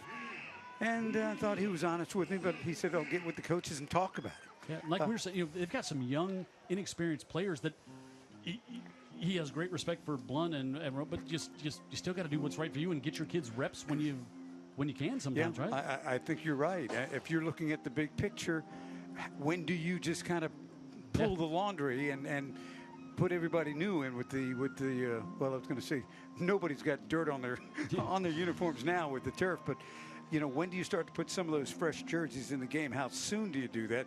And again, how do you manage that and allow those kids to get better? And you saying you want to get your starters, they still need to get reps, especially this early in the season, but you also want to get those kids that show up every day for practice, work their tails off, and they aren't the starters, but you want to give them a chance to be rewarded and go out there and play on a Friday night. This is an opportunity. For sure. Right here, 56-0. And then you look at the season too, Jim. Man, it's a long grind. And we're in South Alabama. I heard a guy comment as I was walking in. I guess he is a Saraland guy, but it was support staff or something. And the guy said, "Wow, it's muggy today." And the guy said, "Man, it's always muggy in Saraland, Alabama." No kidding. We might get a little break in January. Yeah. That's it. All right, let's take a look at schedules we have for the rest of the season here. So here's what Blount's got. So we'll take on Murphy next week. Murphy's trailing McGill 14-0 right now. And then they got Gulf Shores and Spanish Fort. I mean, they really tough out of the gate for Blount. And then they go to McGill, Baldwin County, then they close out with two tough road games, St. Paul's and Blount. Theodore. At Theodore, yeah. So it's tough for everybody in 6A, and a lot of teams are going to beat up on each other all throughout the season. And here's what the Spartans have at Gulf Shores next week. That game will be right here on Friday Night Rivals. Our first ever visit to Gulf Shores, who's in a good one right now. It's 14-14 Gulf Shores and 7A Mary G out in Sims tonight. Yep. Okay. And so that's a good one. Gulf Shores lost last week. And then Saraland back at home against Spanish Fort. That too will be on Friday Night Rivals. And then they go to McGill, Montgomery Catholic, who's a powerhouse, Baltimore County, St. Paul's, Murphy, and at Theodore to close out the season, which could be a huge battle in 6A Region 1 potentially down the road here. Every week we get to honor our scholar athletes thanks to our friends over at Dean Waite. Dan was talking about it there at the half, and let's check in and find out who our 2 Scholastic athletes are here for week number 2 of the high school football season. Hello, I'm Dean Waite of Dean Waite Injury Lawyers, and we're proud to be the sponsor of the Friday Night Rivals Scholar Athlete of the Week. This week's Scholar Athletes are Chase Howard of Blount High School and Olivia Ray of Saraland High School. Athletically, Chase is a valued member of the Mighty Leopards football team. In the classroom, he holds a remarkable academic and extracurricular record, ranking in the top 10% of his class. Chase serves as a member of the Superintendent School Advisory Council, the Student Government Association, as well as proudly acting as an ambassador for his school. Olivia is a 2-year varsity starter on the Spartan softball team. Last year, she held a .306 batting average, 10 doubles, 5 triples, 2 home runs, and 24 RBIs. In the classroom, she holds a 4.52 GPA and an ACT super score of 34, ranking her 7th in her class. Congratulations, Chase Howard and Olivia Ray. The Friday Night Rivals Scholar Athlete is presented by Dean Waite Injury Lawyers. The best Thursday Night Lights and Friday Night Rivals highlights from across the country. Parker makes the catch at the 2. The senior with some room. Weston Parker for CPA down the right sideline. One man to beat. Touchdown Lions. All right, BA will get a chance to answer now. Here they go. This is Neo Clifton with some room. Spinning out to the 40. Past midfield on his feet. Neo Clifton trying to answer with a kick 6 of his own. Appreciate the hospitality once again, and Baylor Necessary in the Wildcat format, and he breaks through, and Baylor Necessary has some running room. Baylor Necessary is going to go 99 yards for the touchdown. Are you kidding me? Unbelievable. Little jet sweep action to the outside. Oh, big hit. We got a fumble in the end zone. Oh boy, we've seen it all. Goodness gracious. The jet sweep to Brody Tonin and a monster hit. Mitchell scrambling, looking for Marvanus Butler Brown. Made the catch inside the 20. A dime down to the 12. My goodness, Josh Stramborski.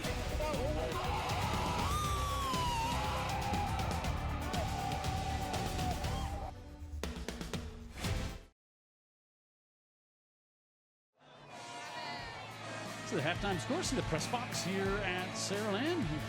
A lot of games here. And Saraland on top big here in the second half. I think we're going to get a running clock here in the second half as well to kind of speed this one along. So many highlights in the first half. This is the first possession and first of 5 touchdown passes for KJ Lacy.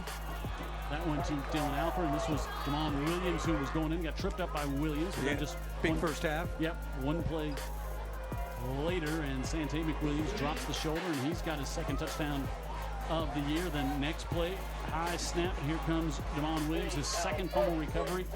First touchdown, next series, same thing here.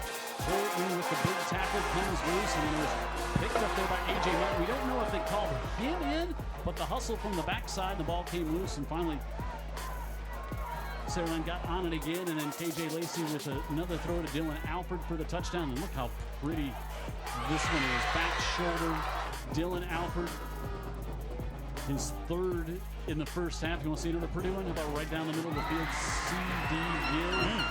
Gill. And this one that had the entire Saraland crowd hooping and howling, and the team very excited for Leighton Strickland there to get the touchdown reception. And look at that. It's just first half, just 14 yards of offense for Blount in the first half.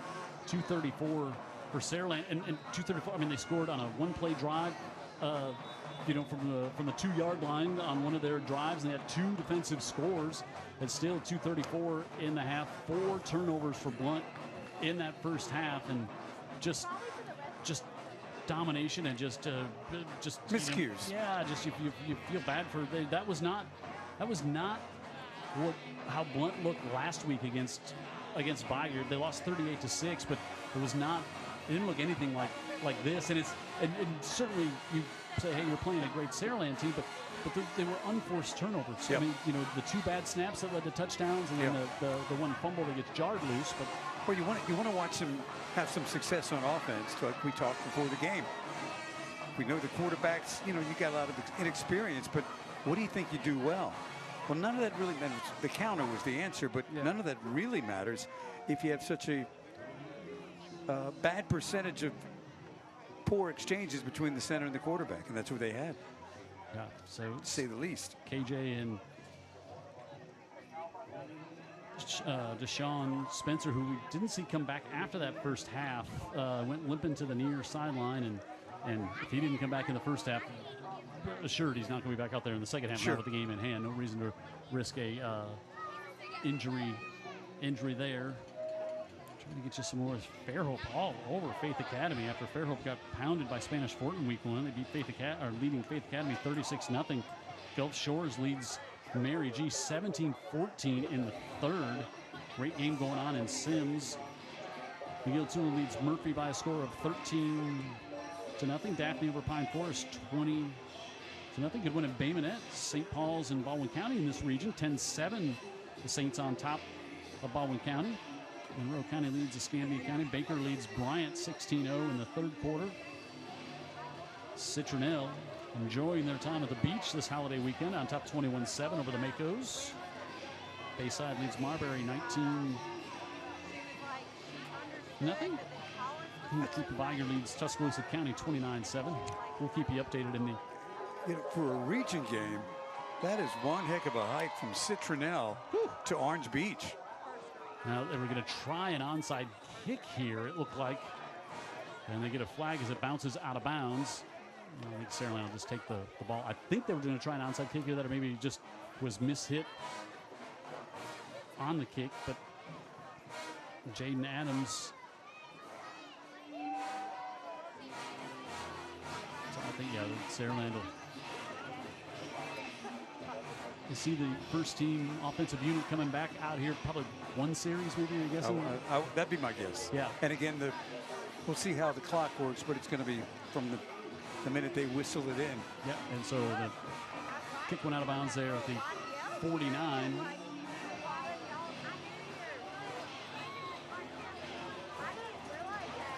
And Saraland back out here to start things off. In quarter number 3. High snap again, and Sante McWilliams. It's about 4 on first down, and once the play gets snapped, and even though it's a big blow, if you're Sante McWilliams, you're thinking, I want to get in the end zone. I want to just once, even though it's 56-0, once that happens, you just regular lost his helmet on that one, so he comes out for a play. Roan Branham replaces him in the backfield. On 2nd and 7 here. Blount with their defensive starters still out there. Lacy, far side, complete. Gets it off and going to be good for another first down as Dylan Alford has that one. And a Roof Doctor's first down here. And Sante McWilliams will come right back in after his helmet fixed here. Is just so easy, just gets rid of it so quickly. You have a quarterback that gets rid of that quickly. It makes that young offensive line, makes their life way way easier, right? Yeah, you watch games tomorrow on the college level and watch the quarterbacks to get it out quickly and decisively and watch how more successful they are. Motion, give it off. Nick Williams and pick up about 7 on first down.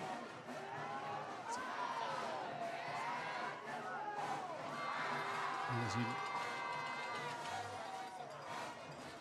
see Saraland just at their regular tempo here, which just kind of tells you, like, I think just get this series out, score here, finish like Jeff was saying to you, finish the right way, and get everybody over on the bench to rest and get ready for next week's trip to the beach. We get a trip to the beach. How about that? I like that. I like that a lot. Never done a game at Gulf Shores. Little screen here, and McWilliams out of the backfield, and he's inside the 20, and he's going to have another Roof Doctors first down. He's also going to move the Spartans inside of the Dr. Pepper maroon zone. So a 2-for-1 there for McWilliams and the Spartans. But, you know, you were talking about just the apparatus that is a football game here at this stadium. Yep. It's crazy, right? And the game, just the game presentation their in-house team does here. They're taking our feet tonight, the Jumbotron, but even when not, they have their own system here, and they got graphics, they got sponsors, they got still maybe the best fireworks show I've ever seen in South Alabama happened here on senior night last year after a game. And it was kind of a traffic snarl, and I was on the interstate, and it was still going on. I hit the Bayway, and it was still going. This time, Blount able to come up with the stop right in the middle of the line there, and the handoff to. Now, the Jumbotron was not quite this jumbo. It was jumbo, but then they went for the double XL jumbo. And then we showed up one season, and we were like, "Oh, now you can see that thing from the school, or you can see it from Citronelle. Walmart." You can see yeah, all the way. Keep going north, and it's in the south end zone. You can see it. It's great, high resolution. They don't do anything halfway in Saraland, Alabama. Flag comes down, and that one, false start here on the Spartans. Fred Riley texting in, and he said, well, even though this game is a blowout, Jim and Dan, the audience will be able to enjoy your dazzling personalities in the second half. I responded, Fred, we're going to run out of personality way before we run out of games. I think even Coach Riley might run short tonight. And he's got an arsenal of material. So we'll have another very important viewer checking in to find out where he's watching the game from tonight. That guy. McWilliams up the middle, and it's back inside the line of scrimmage a little bit there after the holding call. So has he left Bora Bora? He's back from Bora Bora. I didn't know if he was arrested and detained. He was fishing today on Skin Deep. He's out around the elbow, which is about 35 miles southwest of Orange Beach. So he's fishing. Now they've retired to the salon, and if I know what they've grilled up some steaks on the grill, and now they're in the salon watching Friday Night Rivals. Not that we don't enjoy this, but who's having the better Friday? Oh, I mean, we had a great game last week, but I might have traded it for Bora Bora. I've never been in the French Polynesia. Third down here. Lacy has that one tipped up and knocked down as he tried to get that to the near side. And good job getting the hand to swap that one. I think it was Tylen Land, the linebacker, and now going to try. And the receiver was, I'm failing here in my later years. I don't know if that was Gill or Alfred to the near side. Or Alfred, yeah. right. So a 35-yard field goal here. My point is he had him open. So it knocked away. That saved a touchdown. Singleton coming on here. L.J. Noble's the long snapper. Caden Kelly is the holder. And, you know, that getting stopped there on offense will not make Jeff Kelly happy. No. 35-yard field goal attempt from Singleton, and it is good. 59 on the board and a 35-yard field goal for Singleton. And 59-0 now. Saraland on Friday Night Rivals.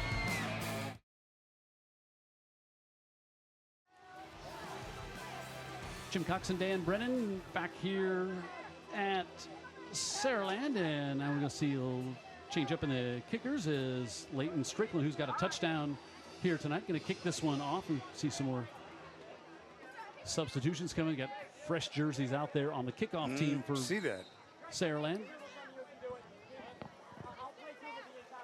Strickland with a good kick back to the 18. TJ Miller picks it up and again goes wide. Now he's got a little more room and gets up to the far sideline, and he's across the 40, so good field position for the Leopards here, as we will see. I guess we're going to see the second team defense. We are come out here. Maybe most of the substitutions in. Your defense throws a shutout in the first half.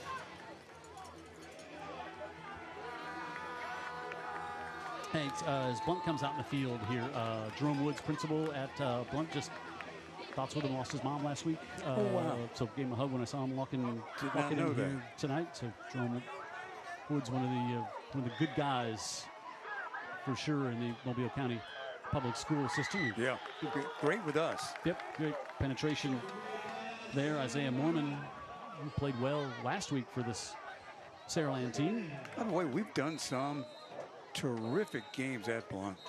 We've had some endings and just rocking with wins against Viger. And the Viger game to kick off the season so many times in big games. We're going to get our heat timeout here with 6:01 to go in the third quarter. We'll take it with them here from Saraland. Jim Cox, Dan Brennan, Friday Night Rivals, brought to you by Dr. Pepper.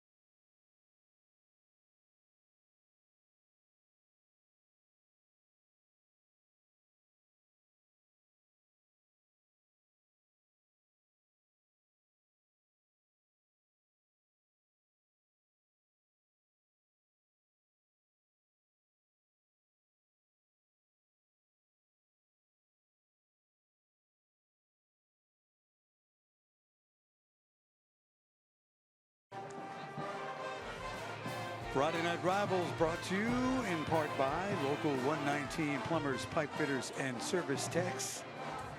Appreciate those guys being part of what we do on Friday nights. Herc Reynolds, Pro Solutions. And also by the United States Coast Guard, Protect, Defend, Save. The United States Coast Guard, big presence in the city of Mobile, for sure. For sure. All right, and Wiggins will stay in at quarterback, looking to pass. Now he'll pull it down and scramble, and Chris Wiggins hit up near midfield, but he's going to mark him. I think they're going to give him the first down there right at midfield as Wiggins on the good scramble. Roof Doctors first down. Good snap, good enough. Wiggins picks a spot.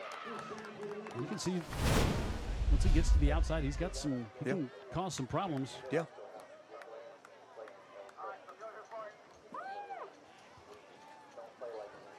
So right up at midfield for the Leopards. Now trouble with the snap again as Wiggins dropped it. And that was not on the center. He's had some bad snaps. That was a good snap. It's just Wiggins couldn't hold on to it, and then Williams almost kicked it out of his quarterback's hands because he was ready to take the handoff. Yeah, that one's a pretty good snap there. Right off his fingertips, right? Yeah. So you go backwards on first down. 2nd and 12.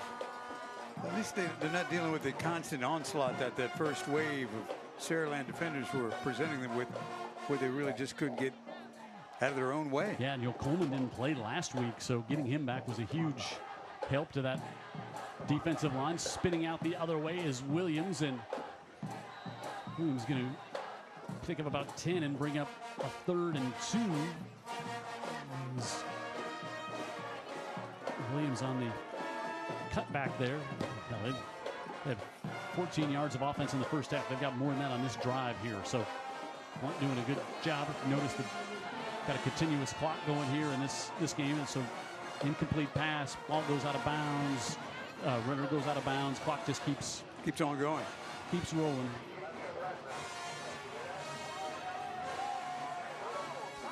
Third and 2 for the Leopards. Wiggins tries to get to the outside. He's going to be bumped out of bounds. Good job hustling over there. B.J. McLaughlin, the junior. And they're going to lose a couple. If you're Blount, I think you just go for it. Go for it here.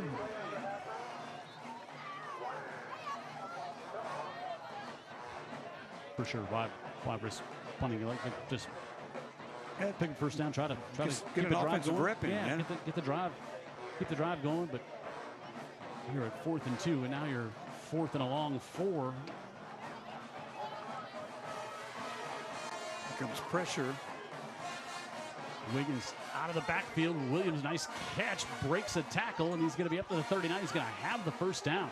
Good job by Williams to make the catch that looked like it was out in front of him, hold it, take the hit, and get the Roof Doctors first down. Yeah, Williams did everything you could possibly do to get that first down on his own.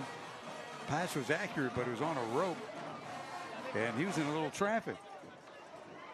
He got the first down and keeps this drive going with 2.5 to go in the third.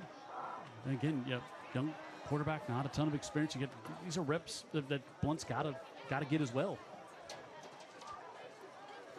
Yeah, that's a good point. This offense can breathe a little bit here in this half. And pre-snap penalty. I didn't delay a game on that one against the Leopards. Yeah, it was slow getting the play off from the sideline, it looked like.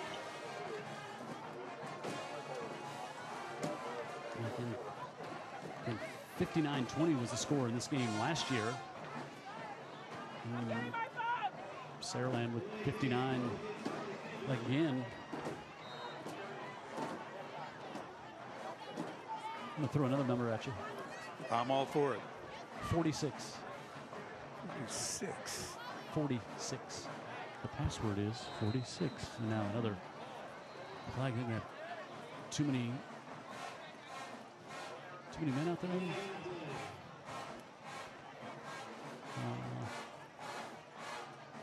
Can you give me a hint what it pertains to a little bit, or just I got to go for it? Let me go for it. Saraland, not savings account. Don't do that one this time. Well, that would be too embarrassing. Maybe average points by Saraland's offense last year.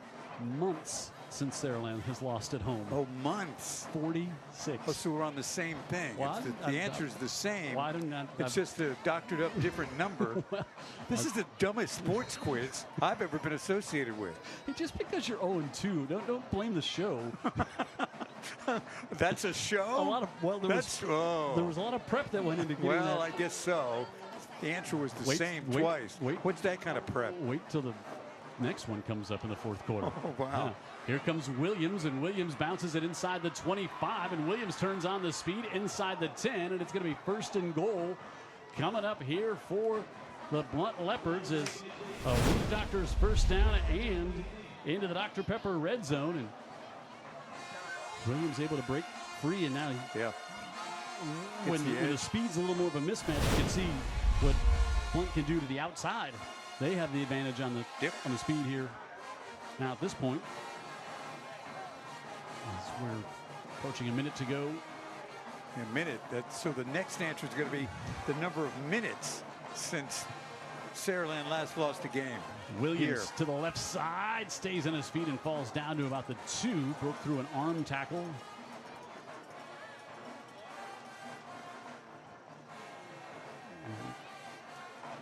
Pulling him down. Isaiah Mormon again. We'll have to snap this one, get this one off before the quarter ends. So 2nd and goal from the 3.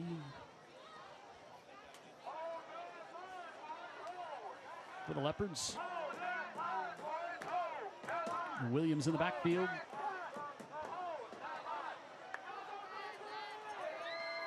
Wiggins rolling out, has some room, fires it off, and he's able to get it complete for the touchdown. T.J. Miller, his 2nd touchdown reception of the year. Caught one last week and now gets another one tonight. An A&S Calvert Blount Leopards touchdown.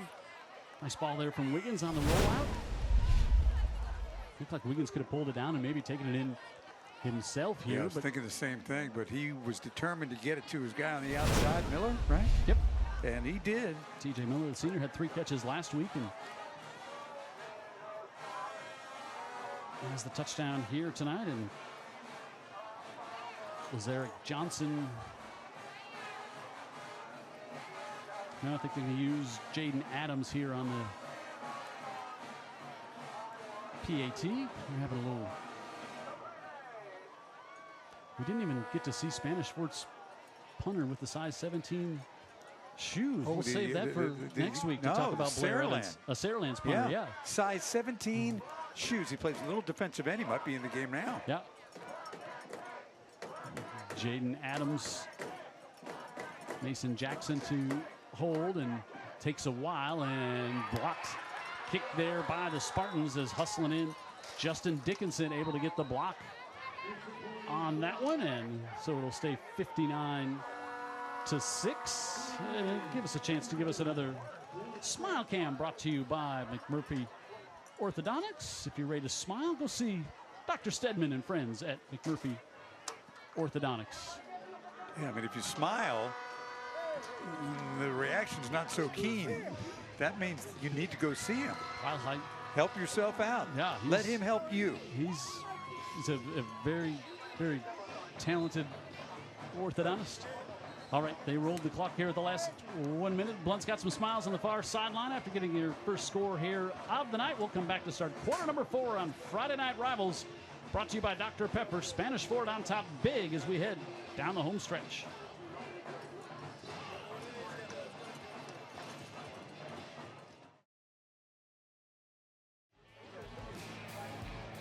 So Blount gets on the board here at the end of the 3rd quarter. It's 59-6. Got a good one in 6A down in Theodore now. Spanish Fort on top 14-7 over Theodore, who lost last week. Spanish Fort looking to go 2-0. Still 17-14 score. I'm getting Gulf Shores leading Mary G. Williamson on top of Wayne County. Top of who? Wayne County. Oh, Wayne County. Out of Mississippi, out of Waynesboro. Look at me just throwing around Mississippi references. Oh, yeah. Like Suddenly on Mississippi Jeopardy.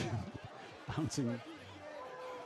Ball taken out across the 30. Jeremiah Trahern with the return. McGill on top of Murphy, 26-6. He said Foley got the win over BC Rain last night. St. Paul's on top now, 24-14 over Baldwin County. Daphne looking to go 2-0, 27-7 over Pine Forest. Ooh. Black Bart and the Hurricanes coming back. 14-14 now. Baker and Bryant at the half in a 7A Region 1 matchup. Interesting. Bart Sessions, head coach down there.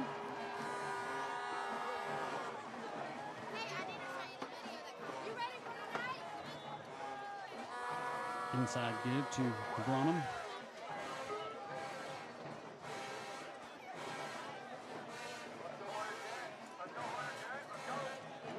Well, it looks like Saraland has properly reloaded. Ryan Williams or not. Of course, this is a Blount team that is down, but if you project what Saraland's going to do this year, what they've done in the last 2 years doesn't seem like out of touch, right? Out of reach.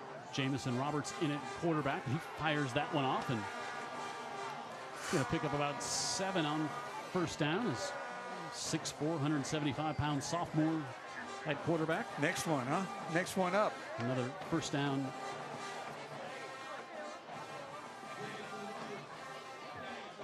Saraland won the state 2 years ago. You reminded me they were in the championship game a year ago and lost a heartbreaker. 14-0 heading into that game, and at 14-1 is that was a local 119 plumbers, pipe fitters, and service techs first down. We got a Spartan who's slow to get up down there. I think that's Jacob Braun. They will stop the clock for an injury. So we'll take a break with them while they tend to Jacob Braun. All Saraland here tonight on Friday Night Rivals. Herc Reynolds' eye in the sky. Scissor lift. That's what they call that. Oh, yeah. Scissor lift, yeah. They call it a wave. Getting a great shot right in the end zone here on the north side here at Saraland High School. Great facility. Heading north on I-65 from Mobile. You've driven by it, well, every time you've gone. It's not like it's there sometimes and not there sometimes, right? It's there all the time, Tim. Yeah, thank you. Out across the 45, about the 47. We'll bring up second down for the Spartans here. We're talking in the break there about Jamison Roberts, and just looks the part, but also kind of has that same. Only seen him throw it one time, but he kind of has that similar throwing motion to KJ. Yeah, KJ is really unique, and Jeff Kelly knew it the moment he got him on campus.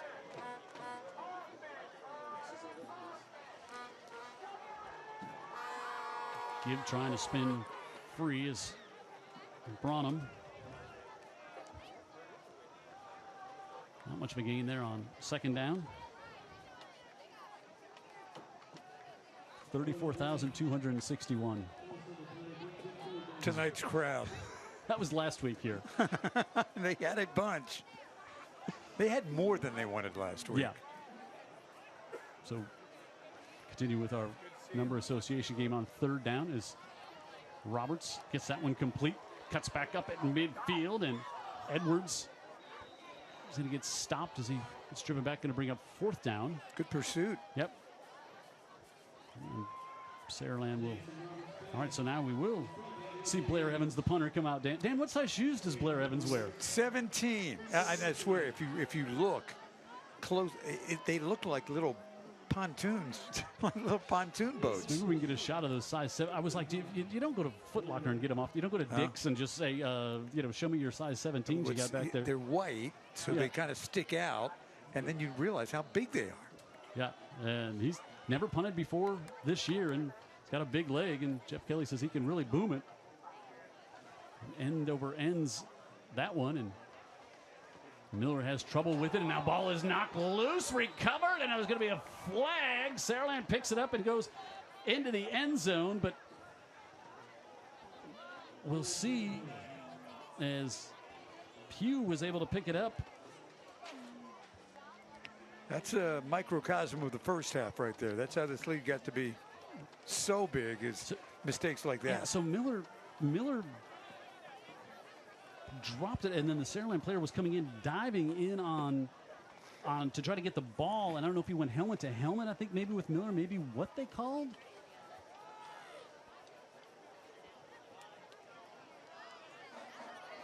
So I'm not. And we don't have the, I don't know if the referee is not mic'd up or it's just not activated or what, but. A Hyundai Pugh. They're going to give Blount the ball back after a 15-yard walk-off up to the 24. That's pretty interesting, huh? That's the last thing you would have. Yeah, that's the only thing. I think because he wasn't down. The ball was loose. The ball was still loose. I think he was diving. One of the Saraland players was diving for the ball.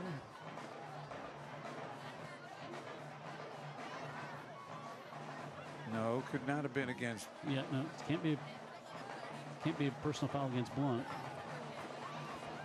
Jeff Kelly's looking up at the Jumbotron, wanting to see if we can get he's asking our photog down there, if we can get a replay up there, he wants to see it too. So, wait a minute, now that there was never any possession. Let's see here. So TJ Miller. So he might have been down. Wow. Might have been down, and I think maybe it was the head helmet to helmet contact. He didn't have possession, but he was on the ground. They Boy, that's probably sorted it out, I guess, better than I would have, but I don't know. Where's Fred Riley when you need him? And we rarely actually do. Do we?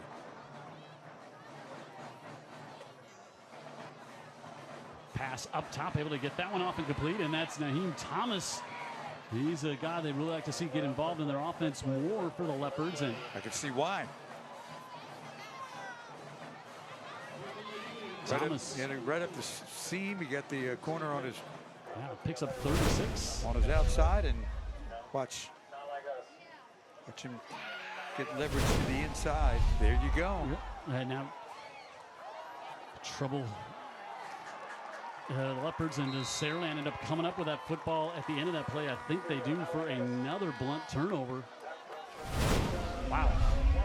I'm just watching in the replay here, and now that was just dropped by Wiggins, and then lost the handle on it, and then Thomas couldn't come up with it, and the Spartans on the way coming up with it. It's a 5th turnover tonight for Blount, as we're inside 7 minutes to go. And now Gage Weaver in at quarterback. Hands this one off to Kendall Batty. Isn't there a Weaver quarterback from Citronelle years ago? No. Or from right here. Right here? Yeah. Okay. Doing it 25 years, they all kind of run together sometimes, Dan, right? Well, because this was 10 years ago, probably. There's a Weaver, I thought. The guy at Utah, Cam Rising, when you see him play, I know he was out all last year. That's who he reminded us of. He reminds me of Weaver. The kid was just fearless. Got it. No, he was the one that directed. He had all the fear directed where that's how you felt. He was a winner. Got it. All right, and Batty carries that one ahead. So you no. We're going to take a heat timeout. We're going to take a heat timeout. Okay. So continuous clock here in the 4th quarter, but they stop it here for a heat timeout. Guess we'll keep it here. So they'll give you a chance to go back to 34,261 to guess at that. Hours since the last time Saraland lost at home? Hours. No, all that was right. weeks, actually. Okay, that was hours. All right. Great sponsors here on Friday night. Yeah, we appreciate them all. Rivals. Including Dr. Pepper, of course. We'll highlight them in the trophy presentation after the game. Mobile County Sheriff's Office, Sheriff Paul Birch.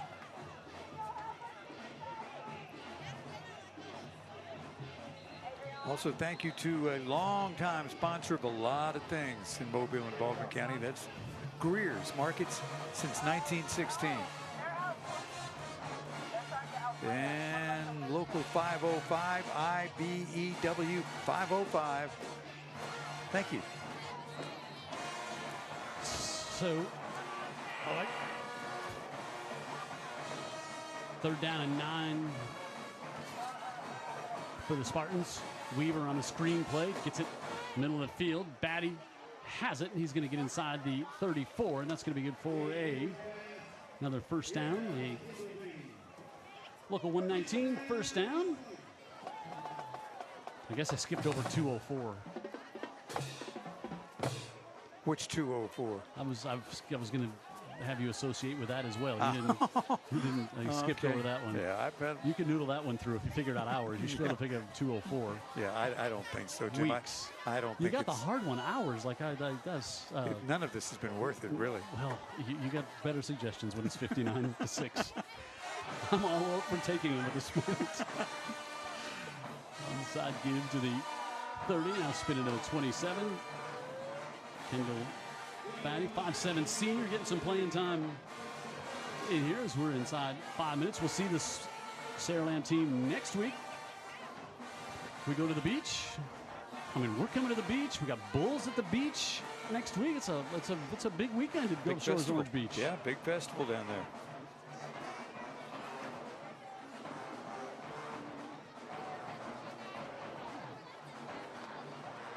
Weaver again in the middle, and Batty inside the 20 is going to pick up another local 119 first down and into the Dr. Pepper maroon zone. As you always take care of sponsors so deftly. Correct. Good job. So you got a big 11 o'clock kickoff tomorrow, right?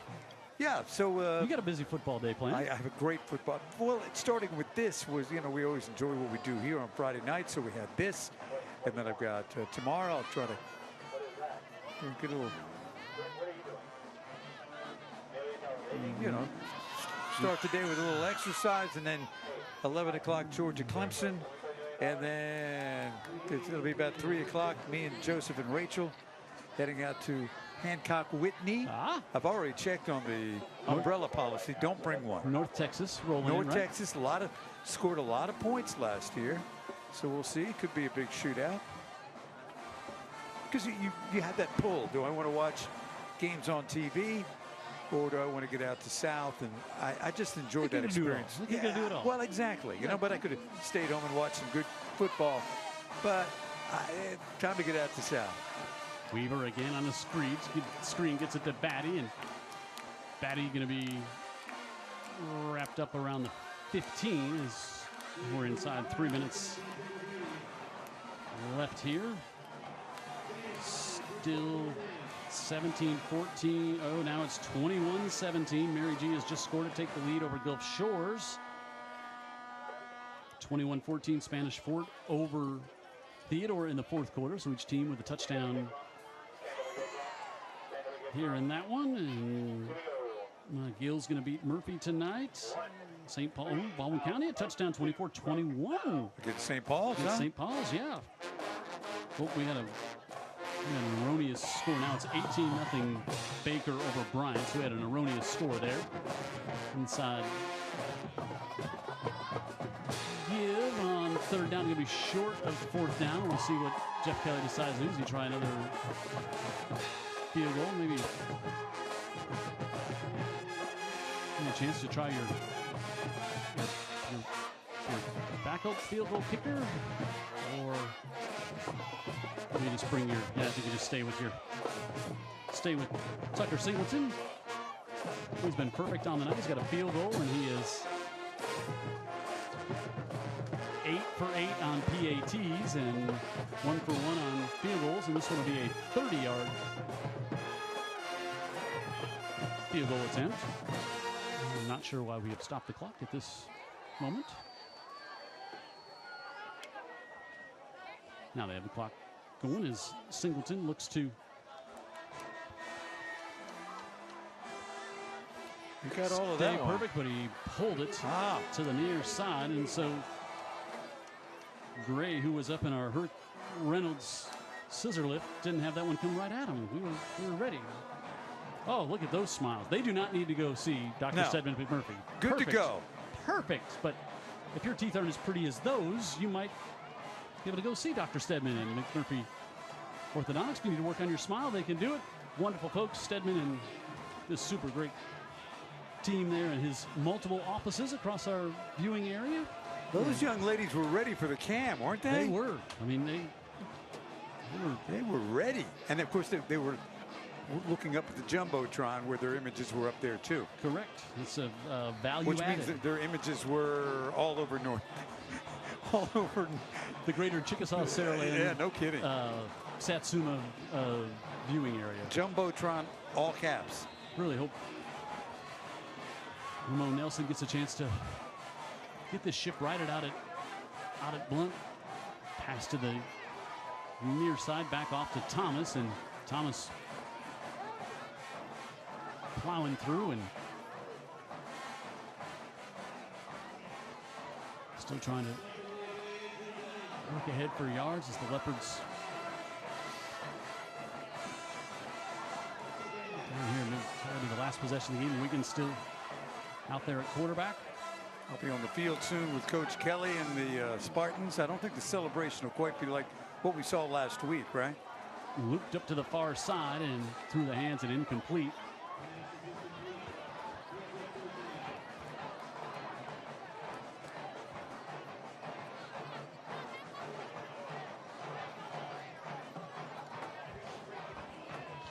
So, approaching 30 seconds to play here in this one. Dan Brennan headed down to the field. As he said, he will get with victorious Jeff Kelly, and we may not even get another. We're gonna have to get one more snap here.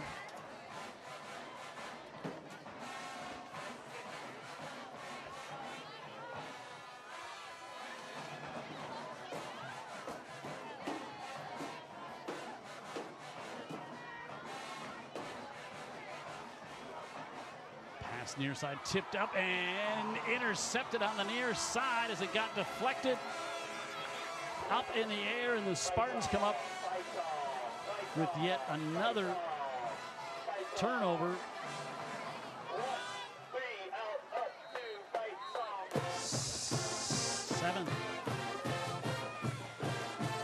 Sixth turnover, I think, here tonight, as that was Colin Trahern who got the interception. Player of the game, this young man, KJ Lacy. He was 18 at 24, 207 yards, headed for 6 touchdowns on the night. I thought he had 5. I thought we had a running touchdown in there, but maybe it was 6. I thought it was 5. But either way, big night for KJ Lacy. And that'll do it here tonight. 59-6, your final score. Saraland with a big win. And we're back for the trophy presentation with Dan Brennan down on the field after this. See the final score here. Saraland in control of this one. It was 56-0 at the half, and really controlled field goal in the second half. Blount got a late touchdown to get on the board, but it was all Spartans, and they win this one here big by a score of 59-6. 2-0 on the year, 1-0 now in region play as we get ready to send it down to Dan Brennan on the field. I see he's got Coach Jeff Kelly. Wait here to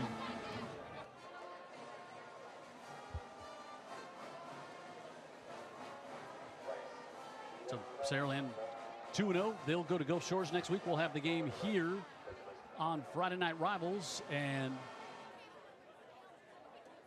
Blount will take on Murphy. And Murphy falling tonight to McGill Tulin as wait for the Alma Mater fight song to play here from Saraland, and then Dan Brennan will have Coach Jeff Kelly victorious here tonight. KJ Lacy, our player of the game. Big night. Didn't have to do much. They got 2 defensive touchdowns in the first quarter, and it was 28-0 quickly in this contest, and Saraland never looked back after they rolled out to the big lead in a tough night again for the Blount Leopards, and tough 2 games to open the season against their big rival and a great 5A opponent in Viger. They lost last week and then run into a buzzsaw here tonight against Saraland, and now I think Dan Brennan has got victorious Coach Jeff Kelly. Dan. Well, next week you got a trip to the beach. You going to take the family or what? It's all work next week. You know, big win tonight. We'll take it. First region game. We played the first 2 at home. It's going to be tough next week. It was our first road game. And, you know, I don't know how Gulf Shores finished up tonight, but we know it's going to be a tough game next week. We definitely got to be ready for it. Talk about the way your team was ready and played and showed that, especially in the first half. Yeah, I think we did what we needed to do tonight. You know, all 3 phases, you know, had big nights. Defensively, we had some turnovers. Offensively, we were sharp, we were balanced, we were able to do some things there. I thought our offensive line did an outstanding job. And then some of our new guys defensively really showed a lot of improvement from week 1 to week 2, and that's what we talked about. And then our good players played really good. You know, KJ in the passing game, those receivers did a great job out there tonight. So plenty to build on, but we got a tough one next week. You got a pretty good quarterback. We got a real good quarterback. I think he's the best around. But you know, he does a great job, you know, just kind of leading our offense. And we got a bunch of good players there, and, you know, we're going to fool around and continue to improve and become a pretty good football team. I think so. Paul Spivey is with Dr. Pepper. Come this way, Paul. Thank you. Hey, on behalf of Coca-Cola United, Dr. Pepper, congrats on a great win. Appreciate it. Thank you, guys. All right, here we go. There it is. Thank you, guys. Jim, back to you. All right. Thanks, Dan. Who doesn't love a championship belt? I mean, who doesn't love that? What a great night here for the Spartans. As Jeff Kelly said, 2-0. They opened the season 2 home games, beat a great Jackson team last week, beat Blount here tonight. And they'll take on Gulf Shores next week, a game we'll have right here on Friday Night Rivals. I want to thank all of our great sponsors and partners here as Friday Night Rivals brought to you by Dr. Pepper, the Mobile County Sheriff's Department, Greer's, IBEW 505, Dean Waite Injury Attorneys, McMurphy Orthodontics, Roof Doctors, Local 119, Plumbers, Pipe Fitters, and Service Techs, Perk Reynolds, the United States Coast Guard, and AMNS Calvert, all great sponsors here of Friday Night Rivals. So a big win for Saraland, 59-6. They win it here tonight behind the player of the game, KJ Lacy. Might be the player of the year in Alabama this year. Got him on top early. Saraland's 2-0, 1-0 in the region. They'll take that record on the road next week, and we'll be with them when they travel to Gulf Shores. For Dan Brennan down on the sideline, our great Friday Night Rivals crew. Incidentally, our producer and director here tonight, and everybody with Friday Night Rivals, I'm Jim Cox saying good night from Saraland, where Sparty wins big over their region rival Blount, 59-6.